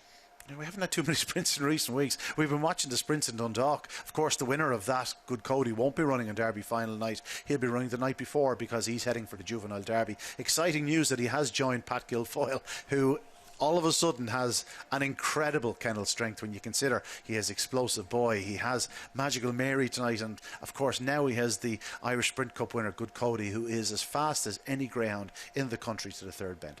Okay, let's talk about the Juvenile Derby, formerly the Puppy Derby. It starts on Friday the 17th of September, and in normal times a lot of our UK friends would come over on the Friday night and they'd watch that and they'd make a weekend out of it, and this year's competition looks as though it's going to be really, really good. Yeah, it should be really good. It's always really good. Obviously, there's still plenty of pups still involved in the Derby. Much will depend on whether they go out or whether they progress. The fact that it's before the Derby final night would suggest, even if they get to the semi-finals, they have a chance of still taking in the juvenile Derby. It's a fair test of a young greyhound, though, if they've gone through a Derby campaign and then straight into a juvenile Derby. Well, we've seen dogs do it before.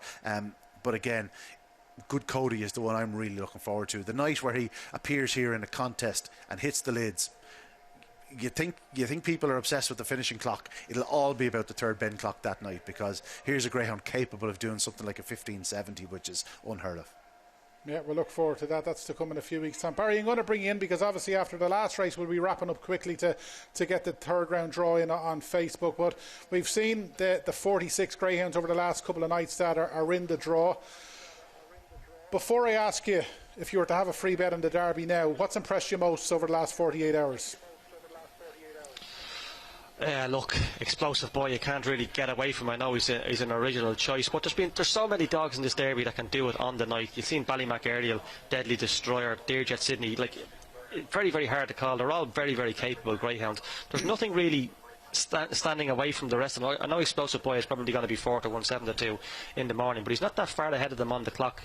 He's 3:38 to the first bend and doing 29:40. We've seen Deadly Destroyer 3:41 to the first bend. Ballymac Ariel is in around him, so I wouldn't go taking a ridiculous price on him.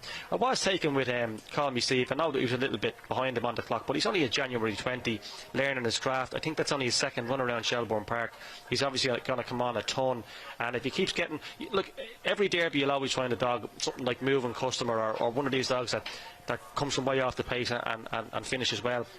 I don't think we really have that in this year's Derby, but Call Me Steve really is one to follow. Doesn't matter how far he is off the pace at the third bend. We've seen how well he finishes, and as I say, being so young, he's open to any amount of improvement. He's really, really exciting. Scooby's Princess, she took a flyer the other night. Not too sure she's going to do that in every round. I still think Priceless Jet, there's more to come from him. He's going up well, he stays strongly. I think there's better to come than what he showed last night. And yeah, they're the ones at the top of the betting, really. Ballymac Ariel's there. You can't ignore Susie Sapphire. She's showing great early pace. So there's so many of them, Rob, that can do it on the night. It's still very, very wide open. It makes for a great spectacle, and the draw tonight after racing should be fantastic. OK, well, we are wrapping up the Talking Dogs TV coverage because it's the last of the night. So, Barry, I'm going to have to ask you, what wins the Derby? I'm going to say Priceless Jet, purely because I've backed them. I know it's looking unlikely, but look, as I say, there's so many of them capable on the night. I will stick with Priceless Jet. He's going up better. He's a classic winner. He stays strongly, and I think after last night there's definitely things to work on, and he can improve for the run last week, and I still think he can go well. OK, plenty would agree with you. Ian, they're just about to come on parade, but you were accused for sitting on the fence by Kevin Hennessy early in the week, so you're not going to get off on live TV. We're down to 48. Obviously, loads of greyhounds, great greyhounds, loads have chances. If you were to have a free bet now, what would it be on? I'm going to stick my neck in the block and say Explosive Boy. You're in no doubt? Listen, he's the greyhound to beat. There's no question about that. You heard what Pat Guilfoyle said. You read between the lines. He's basically said the dog is coming in just nice and just a little bit undercooked. He said he's very happy with where he's at. That would suggest to me that the dog has plenty more to find and there's better to come. I know exactly what this dog is capable of. He's my Derby choice. Runners parading, ladies and gentlemen, for the finale here tonight at Shelbourne Park. We've been treated to some incredible racing. Hopefully another one to come. One is Droopy's Sputnik, an exciting son of Outer Range, and Droopy's Blossom for Johnny Linehan and the Ryan Drake Donovan Syndicate. 2 on your card is You Have No Idea for Murray Gilbert, who's bidding for a quick double following her latest success in the 11th race, owned by Richard Flanagan, the daughter of Taylor Sky. Siderian Pearl loves the inside. In 4 we have New in Harrow for Graham Holland and Kevin O'Brien, son of Droopy's Buick and Coolavani Pearl. 5 on your card is Callaway Mort, Owen McKenna for Dennis Murphy, a son of Ballymac Vic and Higher Level. They're not on parade, but we'll keep talking. And out in 6 is Coolmore Buzz for Neelis O'Connell and Bernadette O'Connell, a son of Shavatar, and Kalinen Reina. 4 wins from 17 starts. This the finale. They're on the way to boxes, folks. Not long left to get involved. Yeah, it is the finale. We've no Carl Ramsbottom, so Barry, put your Carl Ramsbottom hat on and get us out with a winner in this finale. Get you out with a winner. Des Gilbert just walked past me. He's not too keen on trap 2, but he wasn't too keen on his last one as well, and that one won. Obviously a non-runner in trap 3 here, Swanley and Exis. New Win Harrow is 11-4, second favourite with Callaway Mort, but the favourite is Droopy Sputnik for Johnny Linehan, 15-8 into even money. I don't know too much about these runners, a lot of them are quite young, but the money is spoken there. 15-8 into evens, Droopy Sputnik, well bred, qualified well, 28.52 around Cork, and he put in a big run here on his debut, 28.55, when beating Graham Holland's runner New Win Harrow by, I think it was, 9.5 lengths. Well drawn on the inside. I think we missed the boat, we missed the 15-8, but he's still even money. If you're looking to get out at even money, we're in real trouble, but we'll go with one. Yeah, not the first time you said we're in real trouble. Right, so Barry's gone for Droopy Sputnik for John Lennon, as Barry said. Good winner here at Shelbourne. He's beaten New and Harrow in the past, and he hasn't had the clearest of runs down in Cork, so expect him to bounce back, says Barry, and John Lennon's greyhounds are going well. Ian, in fairness to you, you've bounced back tonight. You've shown what you're all about. You've given us plenty of big price winners as well. So what are you making of this finale? I really like Droopy Sputnik in his racing debut. Missed the kick, showed great early speed, took it up on the bend, and really did power on to win by 9.5 lengths. It was a most taking display. He's been in traffic problems since, but from an ideal draw, if he hits the lids, you have no idea. Is a nice type, wants the fence. He's going to have to just hold that one in the opening yards. If he does, I think this fellow has buckets of gears. Trap 5, Callaway Mort, you may remember, he was known as Envoy. I think he won a heat of the Kirby Memorial in fine style. I thought he was the danger. He didn't really get home last week. He probably badly needed the run. His first run for Owen McKenna, obviously had a layoff, so maybe had a bit of an injury, but he did fade home last week. That's a concern, but I thought he was the danger. But I'd be all about Droopy Sputnik. I have a feeling this fellow could turn into a really, really exciting tracker for Johnny Linehan. Obviously very well bred, being out of Droopy's Blossom. And September 19, well, he'll be in the Juvenile Derby, you'd assume, and he's a half-brother to a former winner, Broadstrand Bono. Okay, so they're up behind traps for the finale, and it won't be too much longer until they are loading. All round, Droopy Sputnik gets the clear choice, and as the lad said, if he gets a clear run, you'd expect him to take plenty of beating. He's done 28.55, and he's had no luck in running in his last couple of starts at Cork. So it's the finale on Talking Dogs TV this weekend. Ian, for one final time, over to you. Thanks, Rob. So as you can see, they are in traps now for this finale. This the finale here at Shelbourne Park, over 525 yards. In 1, the hot favourite Droopy Sputnik. 2, you've no idea. 3 is Vacant. In 4, New in Harrow. 5, Callaway Mort. And 6 is Coolmore Buzz. The hare coming up behind traps.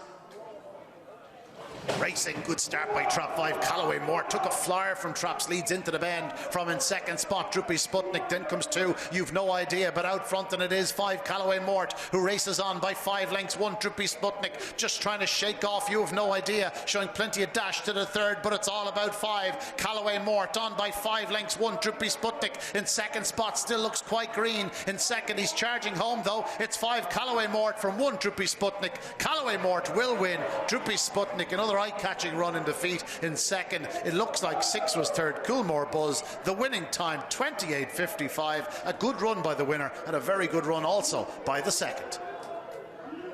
Run, and it's another winner for Owen McKenna. What a couple of nights it's been. And Callaway Mort got a flyer from traps, as Ian said, formerly known as Envoy. We were seeing him on Talking Dogs TV earlier in the year. He was running in top class puppy competition then, and he's a proven top class greyhound on the back of this. He's rocketed to the third bend. He's done 16.10 to the third bend after a 2:03 split. Not too many better than going to 2:03 here at Shelbourne Park in recent weeks, and this lad has absolutely destroyed him. A word on Droopy Sputnik. Everything appeared to go okay for him. He came away okay. He got a dream run up the inside, but as Ian said in commentary, he just, for whatever reason, didn't get going down the back. Maybe he was looking at You Have No Idea, not looking at You No Idea, but he just couldn't get rid of him, and at that stage the winner was gone. But Callaway Mort, he's a March 19, so he won't be running in the Juvenile Derby, but we'll be seeing him plenty here at Shelbourne Park. Okay, lads, so it's been a terrific Talking Dogs TV over the last couple of weeks. Ian, the highlight has to be Barry's shirt. Absolutely, Barry's shirt. What can I say? Magnum PI. He's doing us proud. Okay, and Barry, your highlight? Yeah, my shirt. Hello. Okay, there you go. No, So I think Explosive also- Boy was very good, so he takes the highlights. Thanks. Okay, so Explosive Boy beats Barry's shirt in a photo finish. Well, that's it. It's been a terrific BoyleSports Irish Greyhound Derby, but it only starts next Saturday, according to many. Remember, it's the first night that we see all greyhounds on the same night. And remember, you can see that live on Racing Post Greyhound TV. We'll be all tuning in, and of course, it'll be all to the final on September 18th for the final of the 2021 BoyleSports Irish Greyhound Derby. But don't go anywhere. Log on to Facebook, because the draw for the Dream Third Round is about to be made. You'll see it live here at Shelbourne Park, and that's where we're going right now. Thanks for watching. No.